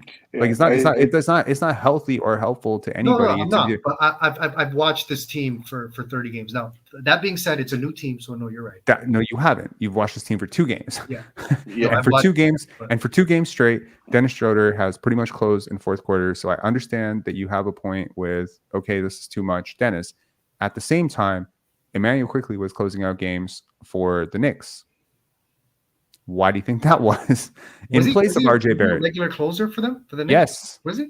He has been for a couple of years now. Like they trust him, and that's the point. Dynamic ball handlers in the fourth quarter when things clamp up, you need them. The Raptors don't have 2. I'm sorry, they only have 2, and that's him and Dennis. Are you telling me I need to retire my picture?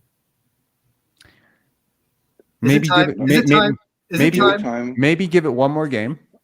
Maybe give it one more game, right? And if he doesn't blow up the offense next game, then I think you can retire it. But keep it on ice, because I have a feeling he's going to come right back. I should give him the proper hairline. I should give him. I should give him good hair. Or maybe you go positive, because you know, here's the thing: you're looking at a player on your screen, as we all are, who you don't like very much, which might be making you upset. So maybe what you need to do is change your image to Scottie or IQ, or better yet, Scottie giving IQ one of those handshakes. Yeah. And now you'll be smiling the whole time. Someone said keep it for the road trip. Change it when we get back. Yeah. I wanna say something with regards to the management of Dennis. Sure. We saw it took a while. I'll give it that. But we did see when there was push on the Dennis agenda, Darko eventually responded. Mm-hmm. Right. And I don't think, like, I like to think of this as a tale of 2 different teams, right? We had the team that Darko was asked to put up with for the first 32 games of the season. Mm-hmm. And now we've got if you just be patient, Darko, this is what we're aiming for, right? And I feel, even though he's a new coach, even though he's a development guy, even though, you know, blah blah blah inexperience, I think he has a lot to offer this team. Mm-hmm. And I feel that Dennis, when properly managed, can be an effective tool. Right? Sure. A very, very effective 100%. tool. And until we have a huge tool. Yeah, I'm just kidding. yeah. I'm kidding. I'm sorry. That was low hanging fruit. I'm still pissed off about the post-game presser where he basically just shit on the entire team. Like, somebody tweeted something out, and I basically just said, like, why aren't you saying those words to yourself? Because I didn't. I've thought a lot about that. I didn't think it was great with the black shades, like just being so aloof and so like, well, I did my job, right? But he didn't.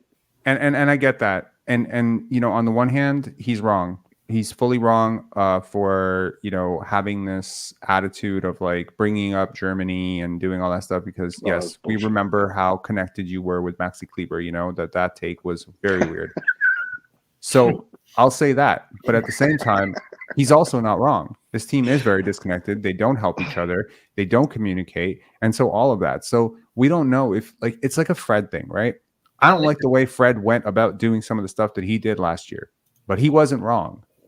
He was the wrong person to say it. That's all it was. Like, here's the thing. I could walk into, let's just say, like, there's like a teenage party going on, you know, down the street, or whatever, right? And there's a lot of drugs and a lot of stuff that shouldn't be happening there. I can go knock on the door and be like, you guys shouldn't be doing this, right? Am I right? Probably. Am I the right person to say this? No. So that's the difference, right? You have to become the right person at some point to be able to speak to people. People think just because they have the right attitude, or they have the right, not attitude, they have the right idea, or they're saying the right thing, or they're preaching the right thing, that automatically everyone needs to listen to them. And that's just not how anything works at all. He hasn't earned the leverage with his words, right? Because like it's too short of too small of a sample size to say, like, maybe to the average fan, they're like, oh yeah, he's putting up numbers, yada yada yada. But he has not. It's like, you know, the old thing of, like, you know, raccoons wearing a trench coat and trying to go in and buy pizza from like a store. Sure. That's what Dennis is right now, as far as those pressers are concerned. So just make Dennis be Dennis, right? And that's Darko and the coaching staff's responsibility. And I think you have an effective guy who you can eventually learn to be like, hey, like, he's closing out. This is good, right? Sure. And he's got other guys. Like, I didn't like the snips that he was giving RJ during the game, like on like one mistake. I don't like the every time he gets like fouled, but he's an he's on the extension ground of the for like coach 10 out minutes. there. See, that's the thing. He's an extension of the coach out there. So he's speaking what Darko needs him to do. And he's speaking to a new teammate. So, Okay, fair. like, I don't know if, you know, he overstepped or how RJ received it. I couldn't see entirely, you know, like, was he that he's talking about? Yeah, he kind of like walked away a bit, but it wasn't like disrespectful. RJ just walked to his No, I assignment. think he got it and he was just moving on. Like, Yeah. I don't think RJ's like flapped like that. Like, No. he doesn't get like, you know, ruffled. It's just that kind of Dennis stuff. just seemed so animated on that. Yeah. Oh, that was a bit. That's the thing, right? You learn this with Dennis very quickly. His personality can rub people the wrong way. In my opinion, it can, right? It doesn't matter that he's saying the right thing. It's just sometimes he just has a way of speaking. This could be, you know, a German thing. This could be a language thing. You know, he speaks in this way that can be kind of irritating. And I get that because I'm a person who speaks in a way that's very irritating as well. So I've been told that about myself. So let's just say, like, I have understanding of what an abrasive personality with resting bitch face can be. You know, I preferred Dennis's approach and what he said that time at the presser than the "it's not my job" Pascal special. The absolute aloof. I'm just here. I'm just a guy. I'd rather Dennis than that. To be honest with you. Fair. Because throwing everything under the rug, we're good, and just giving us some cliches and answering questions half-heartedly, we don't need that either. Right. Yeah. So what do we think of IQ, Skip? Like, I love the New York Hop, man. I think he was great. I think like he was that energy is infectious. Bro, wait. Like dapping up the kid and then at home. Yeah. And then He does that shit all dancing the up the time. court. Oh. Yeah. He's gonna bring Scottie's joy for like the real. Scottie's already like, joyous. He's talking with him, right? But yeah. You know what's has me excited about IQ is that I don't even think he's that comfortable yet. He's not. Like, bro, when this dude is comfortable and he knows, oh yeah, I'm here, I have the trust of everybody. They want me to do me. Oh my goodness. He's averaging 30 bombs 25. on the regular, bro. Yeah. He'll be averaging 25. You could see the start of this game, he was trying to ease his way in. When he really finds out they don't want him easing his way into anything. Yeah. Yeah, I agree. Go hard, dog. Go hard. Yeah. I'm going to go to Taylor Jenkins post game. Just see, you know, maybe he was asked some questions about Darko and stuff like that. I think it'd be good. I'm going to pull you guys off. If you want to stick around, you can definitely stick around and pull you back on after the post games. Is that cool? All right, man. Cheers, guys. Okay, let's do it. Okay, Taylor Jenkins, let's go.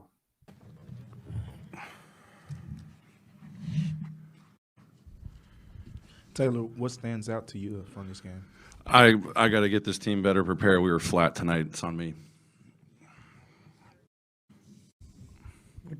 What did you got it down to 5 a couple of times in that fourth quarter? What did you make of the looks your team got, down the stretch? Yeah, I mean, I thought our defensive activity was a whole lot better there. We got them playing in the half court, physicality. We got some big rebounds. We played fast, and then there was a couple of possessions I wish I could take back to get us better organized. I think it was a little too late. I thought our pace of play, just playing fast, moving the ball, was really good. And then there's probably a couple which I wish I'd slowed them down a little bit.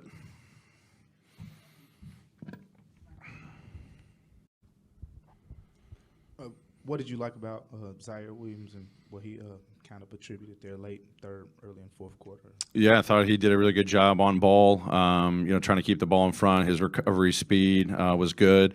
Played a great second half for us. Obviously, knocked down some shots in the first, but I thought just put two sides of the floor together in that second half, knocking down shots, getting some rebounds, running the floor. I thought, again, navigating a bunch of pick and rolls.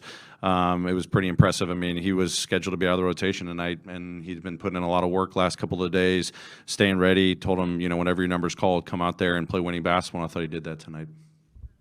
You have a pretty challenging road trip coming up. Do you like that at all, that it's a challenging trip after maybe a game like this? Yeah, every game should be treated as a challenge and an opportunity to play your best and come out, with the right urgency. That's why I say I've got to get this group ready. We're going to take it one day at a time, one game at a time, going out west. We have our work cut out for us. We just got to continue, fighting, working on the things that we know are going to impact winning, on both sides of the floor. Obviously, practice time is a little limited, with the condensed schedule and all that, but that's no excuse. It's got to be the film. Going in, I thought we had a great shoot-around yesterday. When we get out to LA and have a shoot-around, we just got to keep putting purposeful work in, and hopefully we just continue to find ways to get better. Taylor, in the back, what was it like coaching against Darko? Oh, it was awesome. I mean, you can feel his fire down there.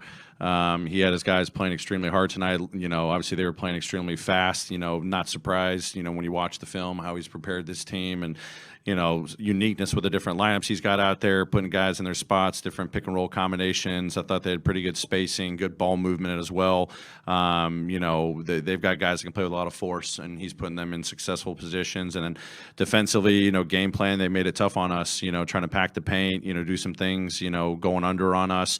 When we did execute well, we got some good looks, but he had those guys dialed in. They played really well tonight. Taylor, so typically over the past couple of seasons, you've gone with having 2 centers or 4 big men in the rotation.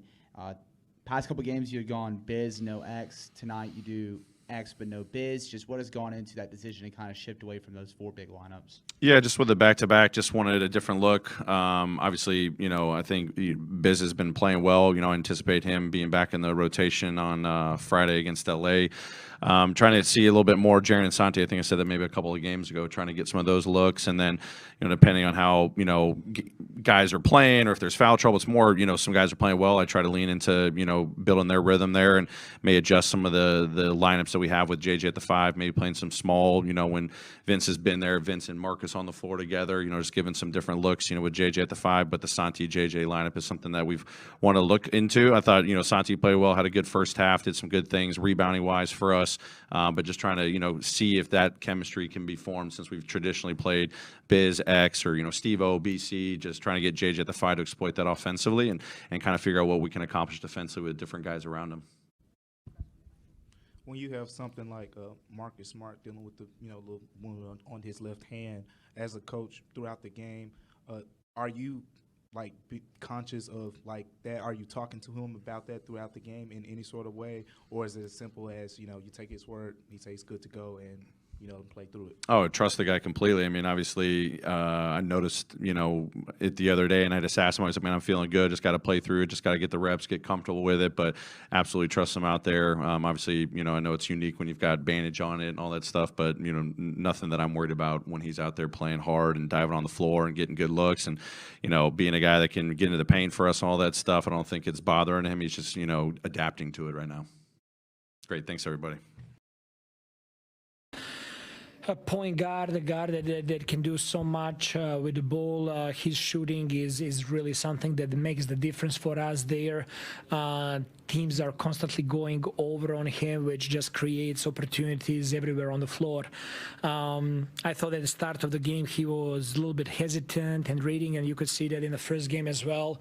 And after that, he just started playing and being himself. And that's what I told him. You gotta be yourself. And on the fly, we're gonna be teaching and learning and everything, but you gotta go out there and have fun first and foremost. Obviously, things came down close late, but when you look defensively overall, are you noticing a different attitude, or did you notice a different attitude tonight from what the guys were able to do out there?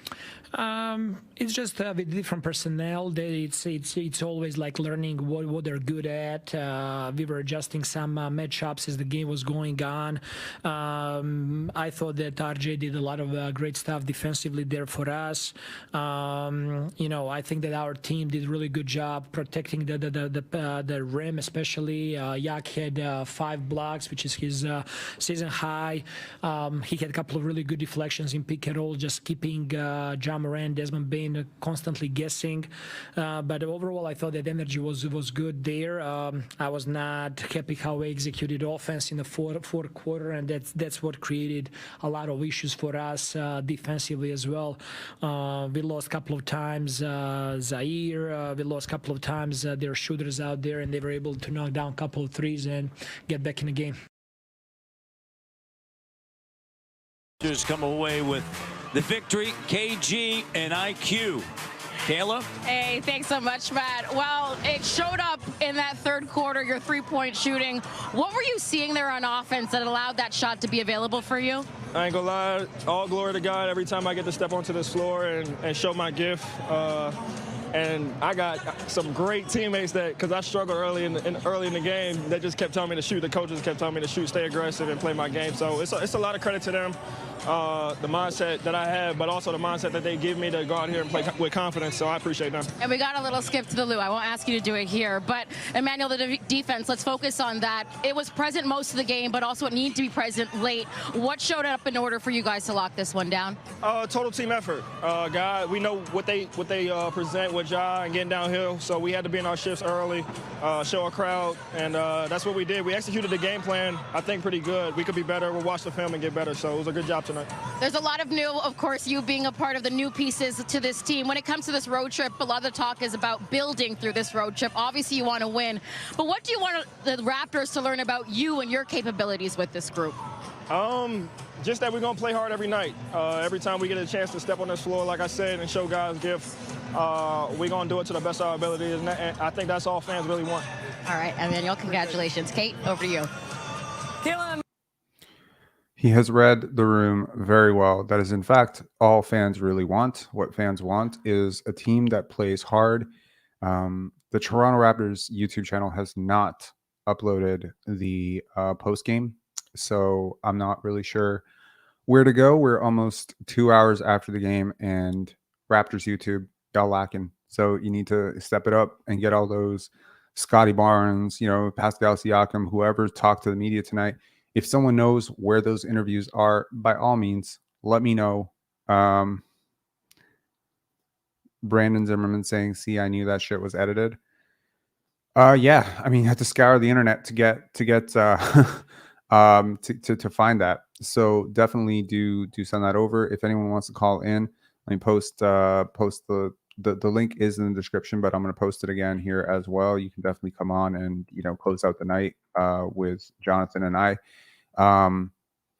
Yeah, hang on one second. Post it up again. Invite. Okay, but I'm hoping that at some point those interviews are going to be posted and we can close out the night with that. But here's the thing. And I want to close this night out without listening to what the players had to say. Even if you don't glean a ton from these interviews, I do think sometimes you do get a nugget, which is worth. I will say two things before we get back to the conversations. And, with 544, 550 of you in here, I think it'd be worth saying. So I hope that you can take this message beyond this community.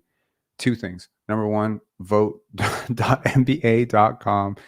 Scottie Barnes, Immanuel Quickley RJ Barrett. If you want to vote for Pascal Siakam, Jakob Poeltl, whoever, there are 5 Raptors you can definitely vote every single night. I'll let you know.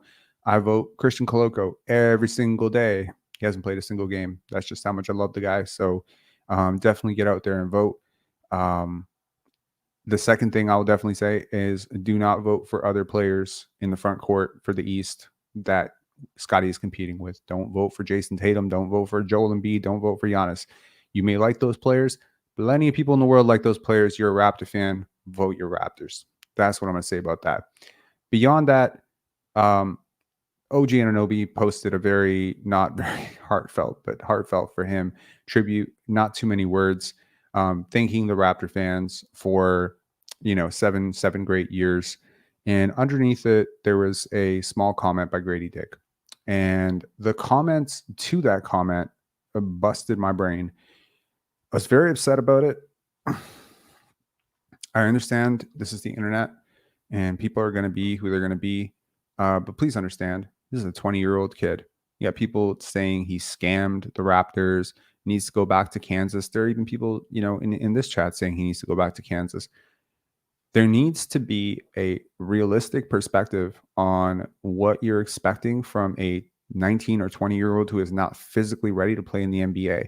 And no, you do not get to say that, well, if you weren't physically ready, why'd you come out? Because there's a lot of players, and I think you just saw one, Zaire Williams, who come out and are high lottery picks who don't really contribute for a few years. And I think calling a guy a bust or saying negative things about him is one thing, say it, in your living room and whatever. When you start tagging the guy and telling him that he's a crook, I mean, some of the things that people were saying to him were ridiculous. I hope the people that were saying these things are not Raptors fans. But if they are Raptors fans, I would ask you to have a little bit of humility and just a little bit of empathy and understand that you're talking to a 20-year-old kid who is definitely trying his best. Okay. And all this negativity is not helping him in any way because he's not doing anything that he's not supposed to do. He's not going out there and, freezing out his teammates. He's not going out there and being selfish. He's simply struggling physically with the NBA. Have you struggled with anything in your life? Did it ever help that someone yelled at you and called you trash? No. Okay. So yelling at this guy is not going to help him. Getting mad that he has commercials is not going to help you or him. It just shows me how narrow-minded and ridiculous you are if you do this. So please don't do this. And if you see somebody doing this, tell them to stop. Tell them to stop. Sometimes it really helps. I got to tell you, there's a lot of times where a player goes through a bad rhythm, or a bad month or a bad couple months, and fans start to pile on them. Scottie went through this last year. I think, Pascal went through this in the bubble. And I would love to tell you these players are super disconnected, but they check their phones all the time. This is the modern NBA. These players see everything. Chris Boucher sees your tweet about him. Now, I'm not saying he's devastated and heartbroken because you think he's a scrub and because he's overpaid. These guys are pretty desensitized to a lot of stuff. But I got to tell you that I have it on good authority, and I've heard this from a few players, that it's really touching even when they're playing bad, that somebody still has their back out there. When they start to doubt themselves and the echo chamber of Twitter, which can get very ridiculous, and Real GM and all of these places are so fucking negative when the team is losing. And everyone is looking for a scapegoat because nobody enjoys watching a losing product, especially one where you think they're not trying hard.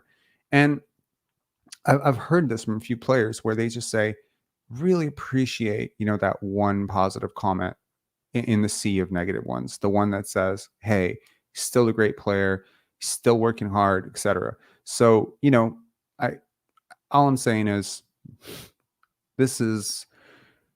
we've had a tough go. We've had a tough go as fans. We've had a really tough go as fans. I got to say, we were a little bit spoiled. We won a championship. This team won a championship. We were fleecing teams left and right. We got this very competent front office. We got a fantastic young player. There's a lot to be thankful for. There's a new year starting. This is a fantastic city. I know NBA players love this city. And look, you can build something here. We can really build something here. But the negativity and the incessant, this guy sucks, that guy sucks, that guy sucks, even in the midst of a positive run is exhausting to me. So I'm not saying toxic positivity. I'm not saying, you know, after an embarrassing loss where the team doesn't come out that we sing kumbaya. We can be critical, but we don't have to be negative. We don't have to be toxic. We certainly don't have to, you know, yell that players are overpaid or that they shouldn't be doing commercials in their off time because they should be in the gym. We certainly don't need to invent myths about players not working hard enough. You know, Grady, why are you doing commercials? You should be working. What the hell? Who? Why? What? I'm going to borrow that line from Darko Rajakovic. Who? Why? You know, why this? And I think, if I'm being completely honest, I think where this comes from is our own childhoods, because someone did this to us. You know, when we weren't playing well, we didn't do things well.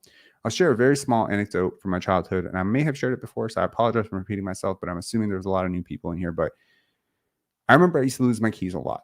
When I was younger, I used to lose my keys a lot. And every time I lose my keys, my mom would get progressively madder and madder. And she had a point to get to be upset that I was losing my keys, because I mean, it's dangerous and, you know, it's unsafe. And she's a single parent and she's living here with me, and I'm losing my keys. And I at one point had lost, I think 23 pairs of keys. And I just kept losing them. And every time she would yell and scream and call me an idiot and all that stuff. And one time my cousin, who is very wise and was very wise beyond his years, he sat there and he watched her do this to me. I told her that I lost my keys, that I've been locked out. She felt embarrassed. So she berated me for it. And she said, you know, he's such an idiot. He's such an idiot. He just keeps losing his keys. Such an idiot. I tie it around his neck and he takes it off. I attach it to his backpack and he takes it off. Granted, I was 13, 14 years old at the time, right? I was a kid. And I didn't want to lose these keys. I just kept losing them. I wasn't losing them on purpose. But every time I would lose them, I'd have to come home and sit outside my apartment because I couldn't get in. And it sucked. Every time it happened, it sucked. And I don't know why I kept losing them. And my cousin said, you're the reason he's losing them. My mom's like, I beg your pardon? Like, how am I the one? And he said, just look at what you're saying to him. You're saying he's an idiot. You're telling him not to lose his keys. And he looked at me and he said, Robert, give me your hand. And I was like, uh-huh. And he's like, okay, here are your keys. And I said, okay. He's like, close your hands. I'm like, yep. And he's like, I trust that you will not lose these keys. I will trust you will keep these keys. Do you know I never lost my keys again after that until I was 27 or 28 and I lost them in the snow when I was running? It just stopped.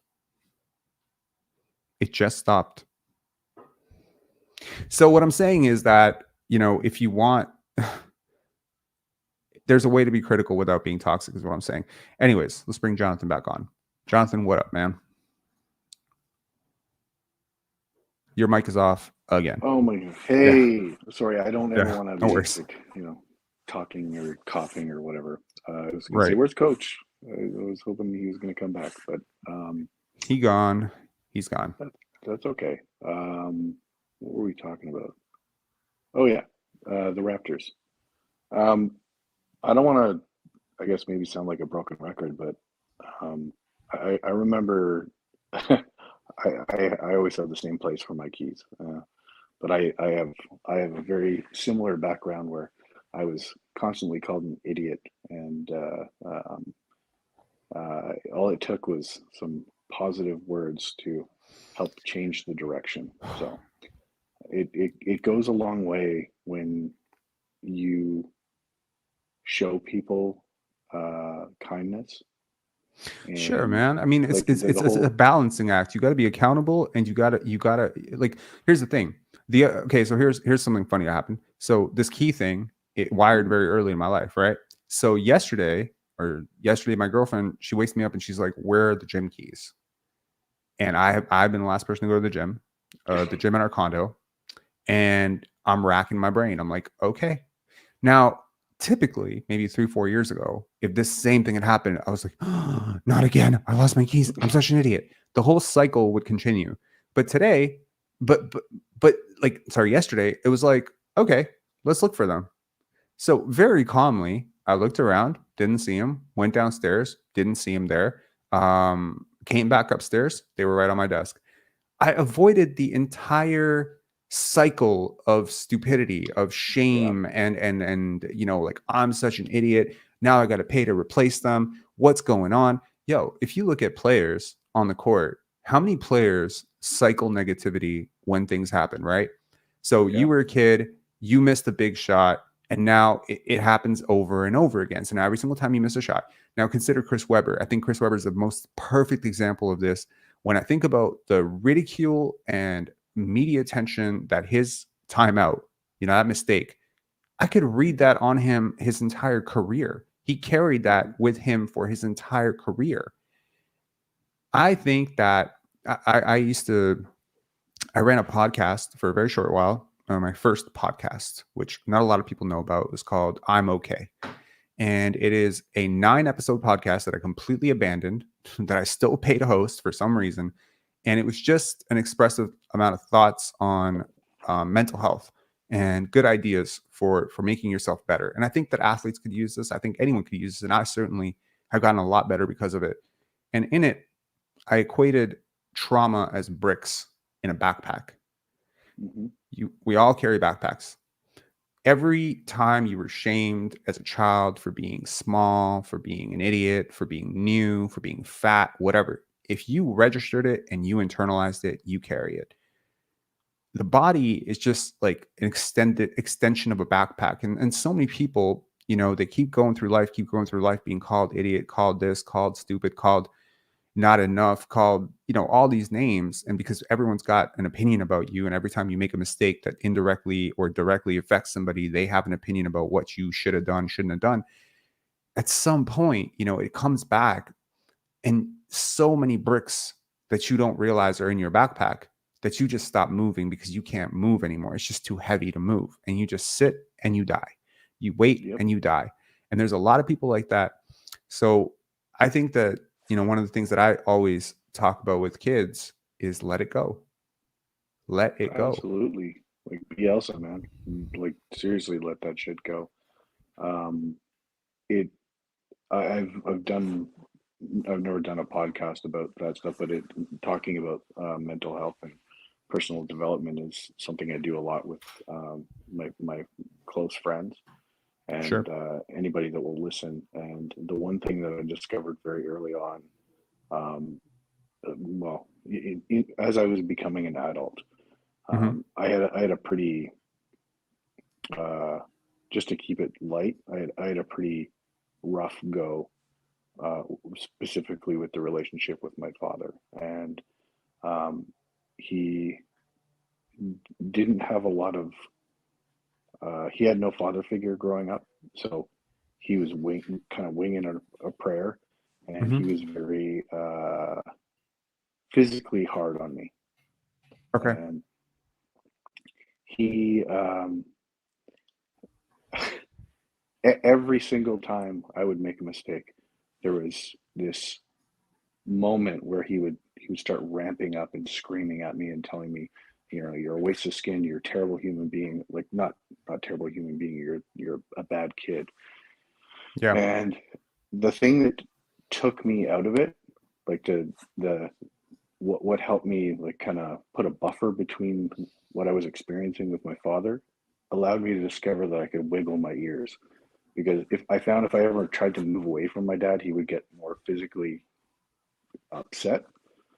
And I would try to, like, without moving, I found I could just kind of push my ears back. And I was like, oh, okay, I can wiggle my ears. So I would do that as kind of a buffer. And then the psychologist that I was talking with later on in life, they said, you were using that as a way to break the this is probably going to make me sound old, but the reel-to-reel tape that you have in your head. You've recorded this information of you're a bad human, you're this, you're that, but you were using that to break that cycle, that disconnect.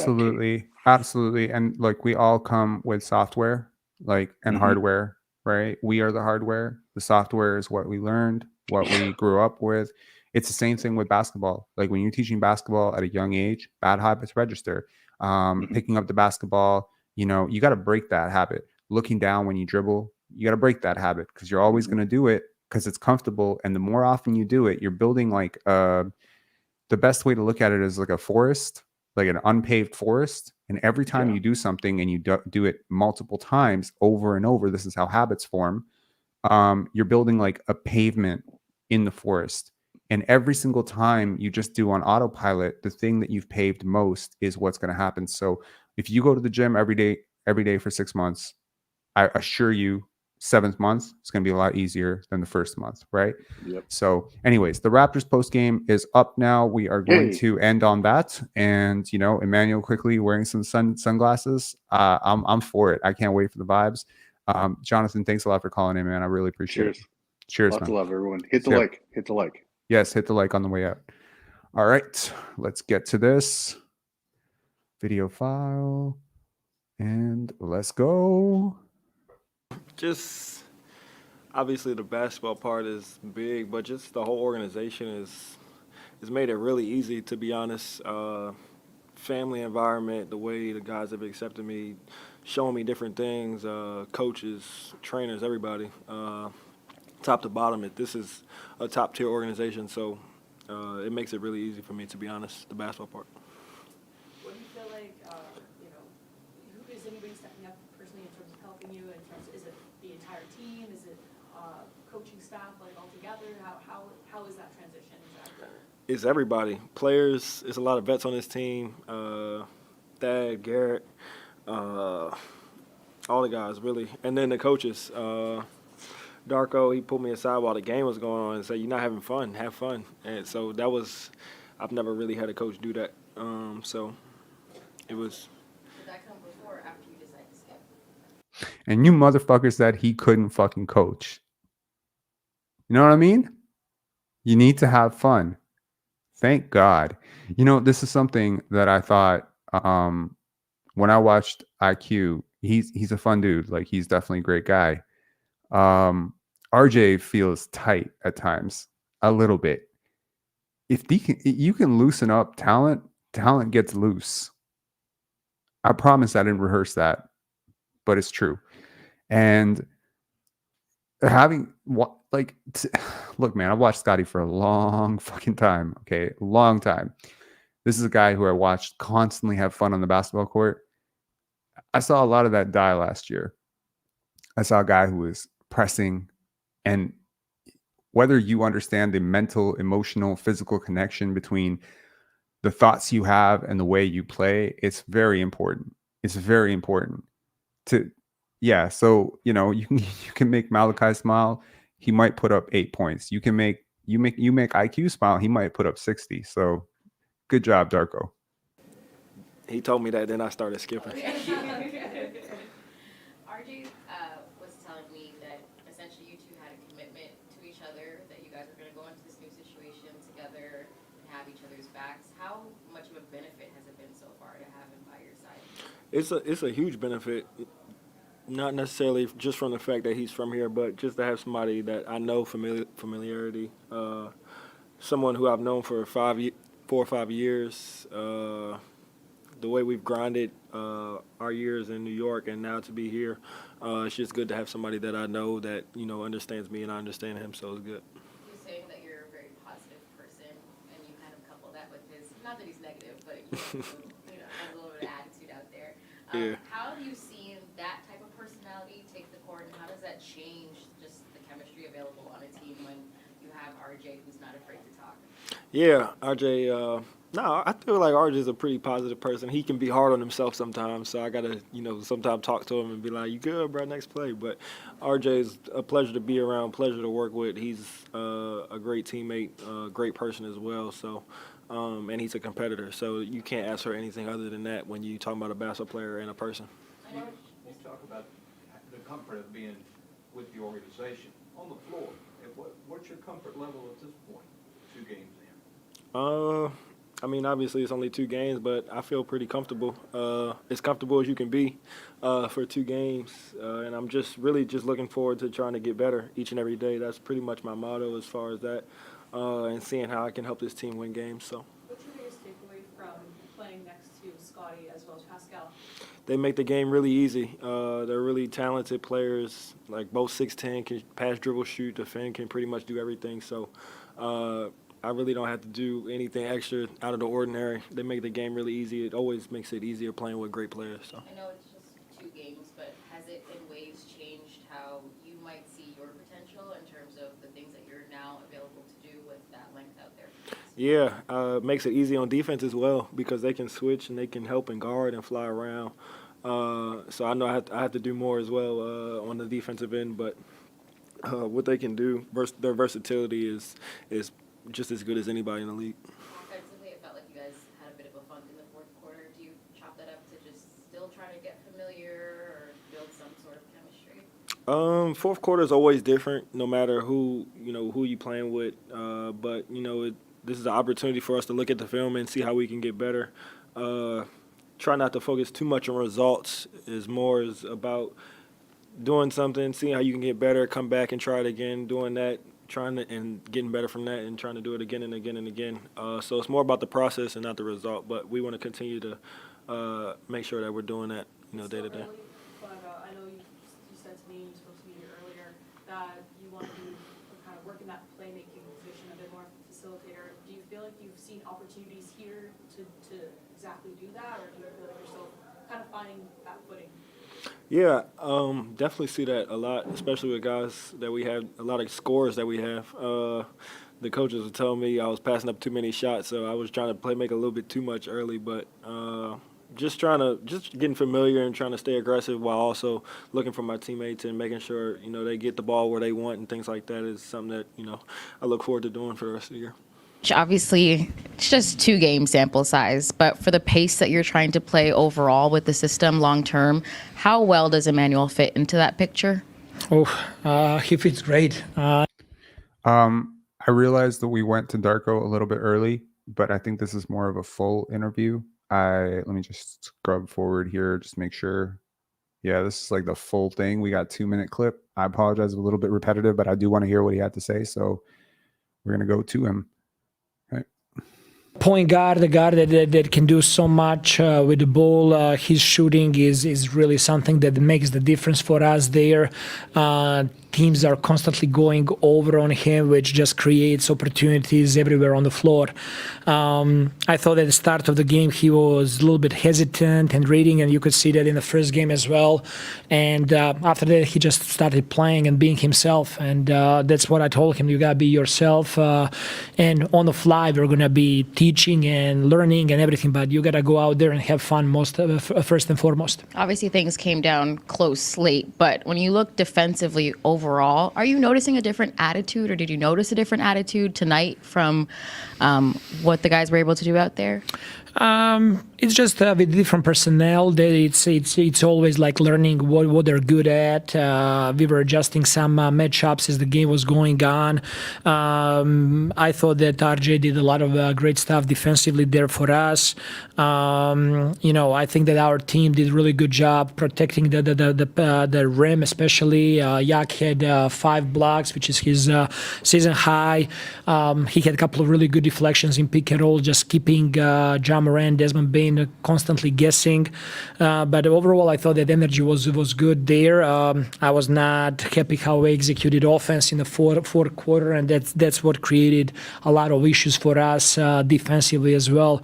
We lost a couple of times Zaire. We lost a couple of times their shooters out there, and they were able to knock down a couple of threes and get back in the game. How crucial is it that you guys have been able to perform like tonight, but then also in Cleveland, or sorry, yesterday against Cleveland, or whenever that 2 days ago. 2 days ago, that you guys, when the game did get close, you guys were able to close it out. And what do you think that difference is right now that you're seeing? I mean, I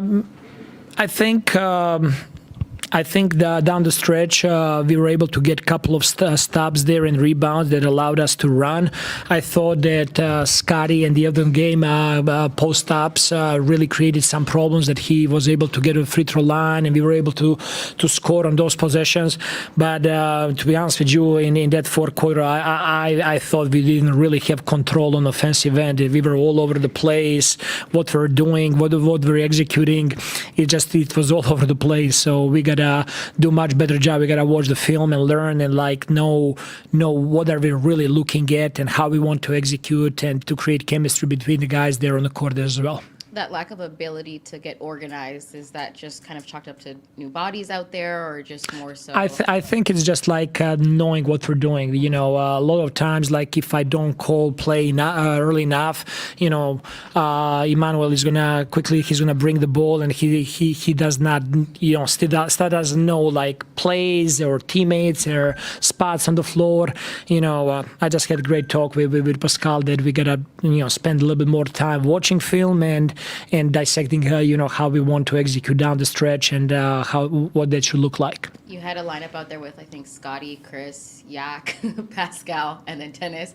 How great of it is it to have that luxury still available to you when you need that size whenever the game calls for it?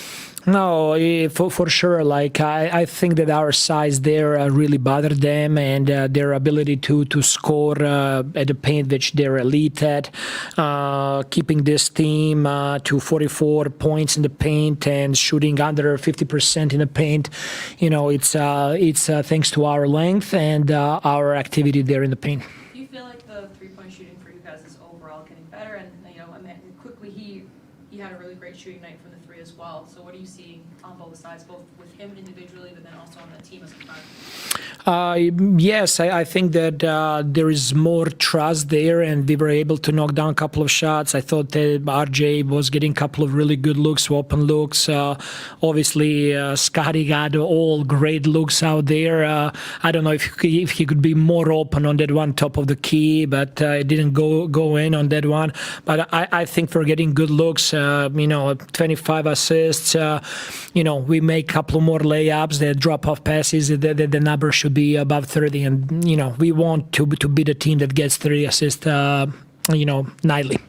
Lastly from you, what did you like from Porter? He got quite a bit of run there and fit in quite nicely, do you think, on defense and the offensive end as well? Yeah, I thought that defensively he did a really good job with verticality and protecting the rim, and offensively he's just like in those limited minutes he was able to get quick open threes, and we know that he's knocked down and really good three-point shooter, so I'm happy with his minutes over there, and we're going to continue giving him opportunity and seeing what we got there.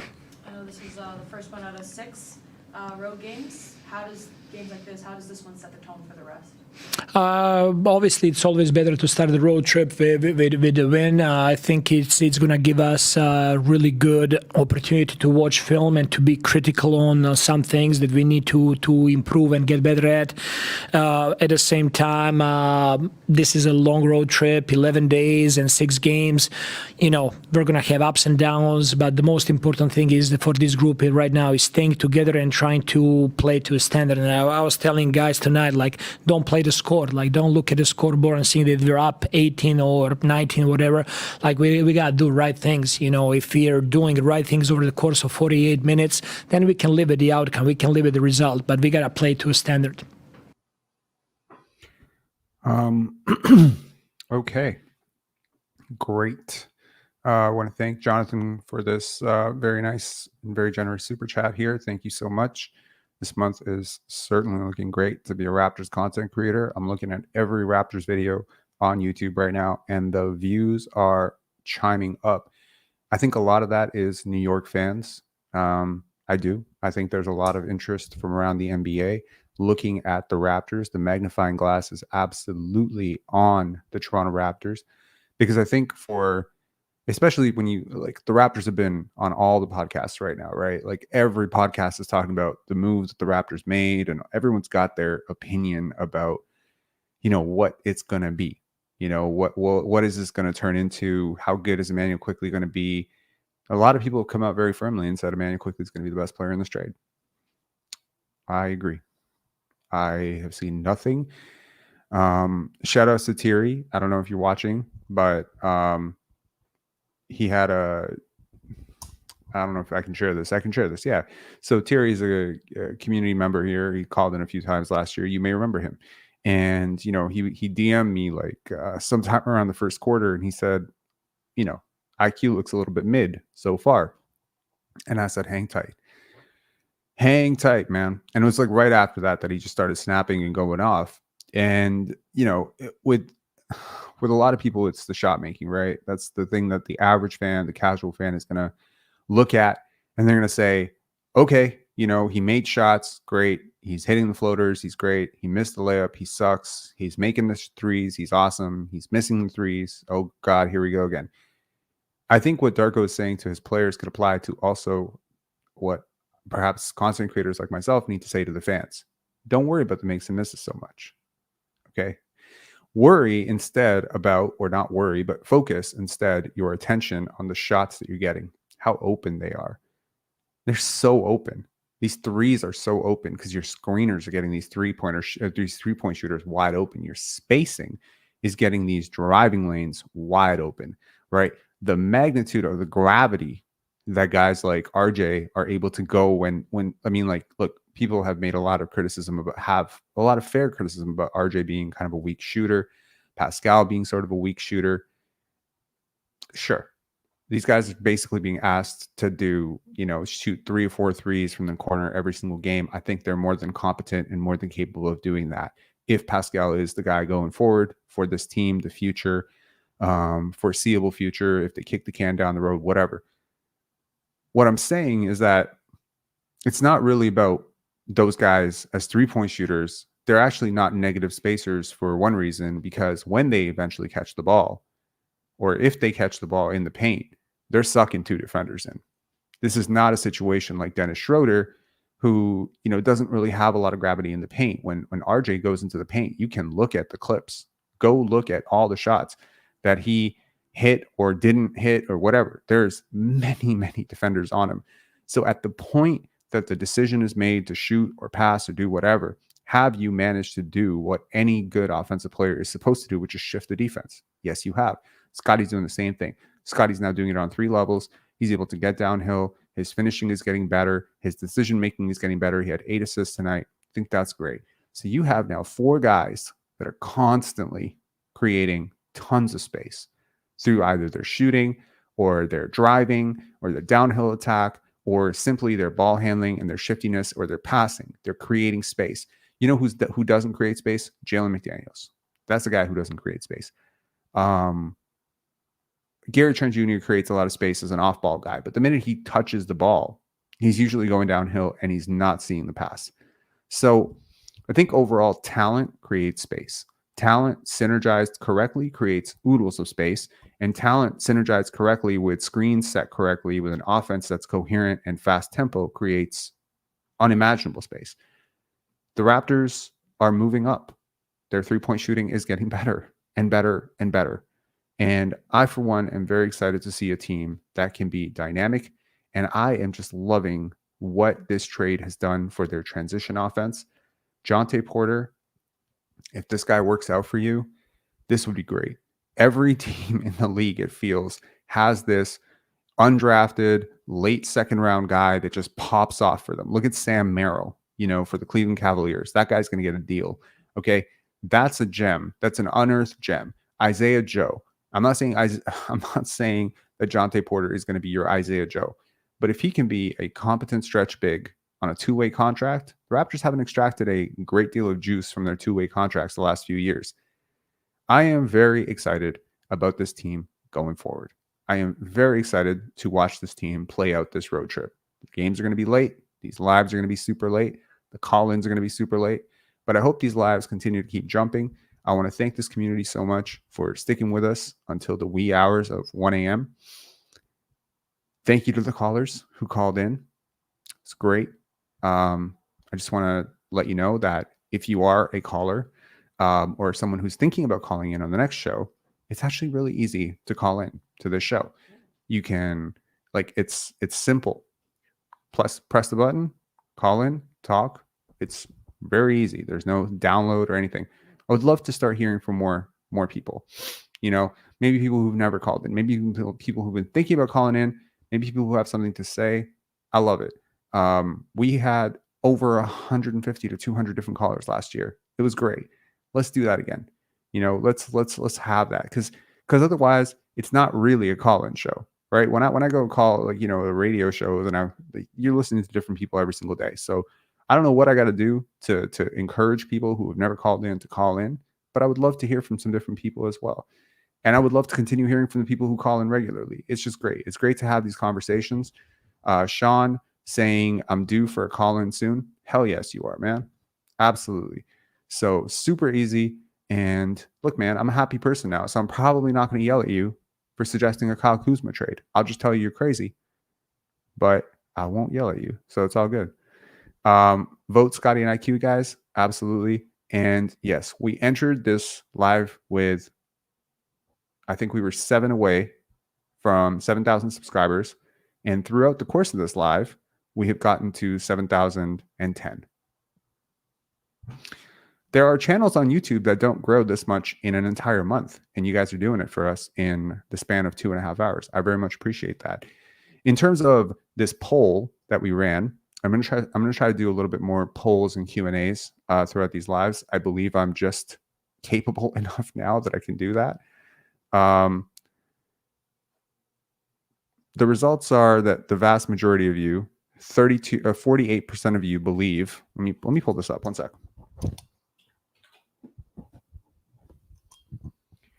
I got to find a better way to do this, but hang on. Let me just pull this up on the screen, and we will, obviously we'll check in and see how right or wrong this community was on this.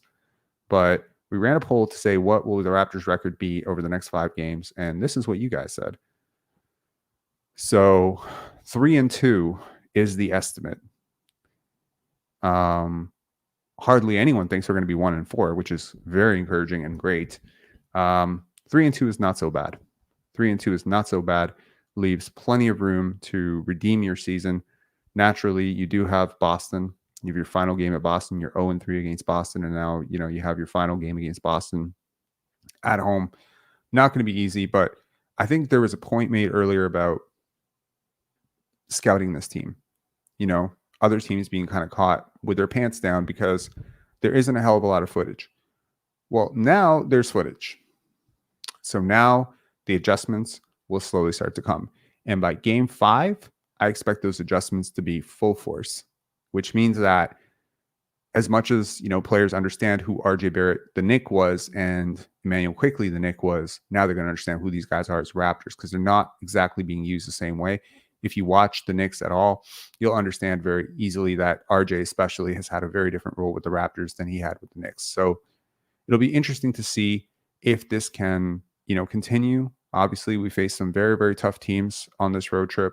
The Lakers, the Clippers, the Sacramento Kings, the whole California connection. I'm looking forward to seeing what this team is. I think the front office is looking forward to seeing what this team is against some better competition. And yeah, we will be with you. We'll be with you at 2 a.m., 3 a.m., whenever the hell these games end. We'll be with you on those post-game lives. Make sure to join us next time. And again, if you haven't subscribed, you're one of the 466 people in here that haven't subscribed, make sure to hit subscribe and hit the notification bell, and make sure to get a like on this video on your way out. And a big shout out to the Penn Dance Film Festival coming up in less than 2 months, February 22nd to 25th. And I'm looking forward to the Penn Dance Film Festival, man. Something to do in Toronto during the winter, independent films, great films. And what's my affiliation with the Penn Dance Film Festival? I run it. I founded it. It's my baby. I love it. like it's my life. As much as the Raptors are my life, this is my other life. So I hope to see some of you at the Penn Dance Film Festival. That'd be great. So thank you guys. Have a great one. And okay, cool. Conversation's happening. Take care, guys. Have a great night. See you guys probably tomorrow. We do a live. All right. See you guys.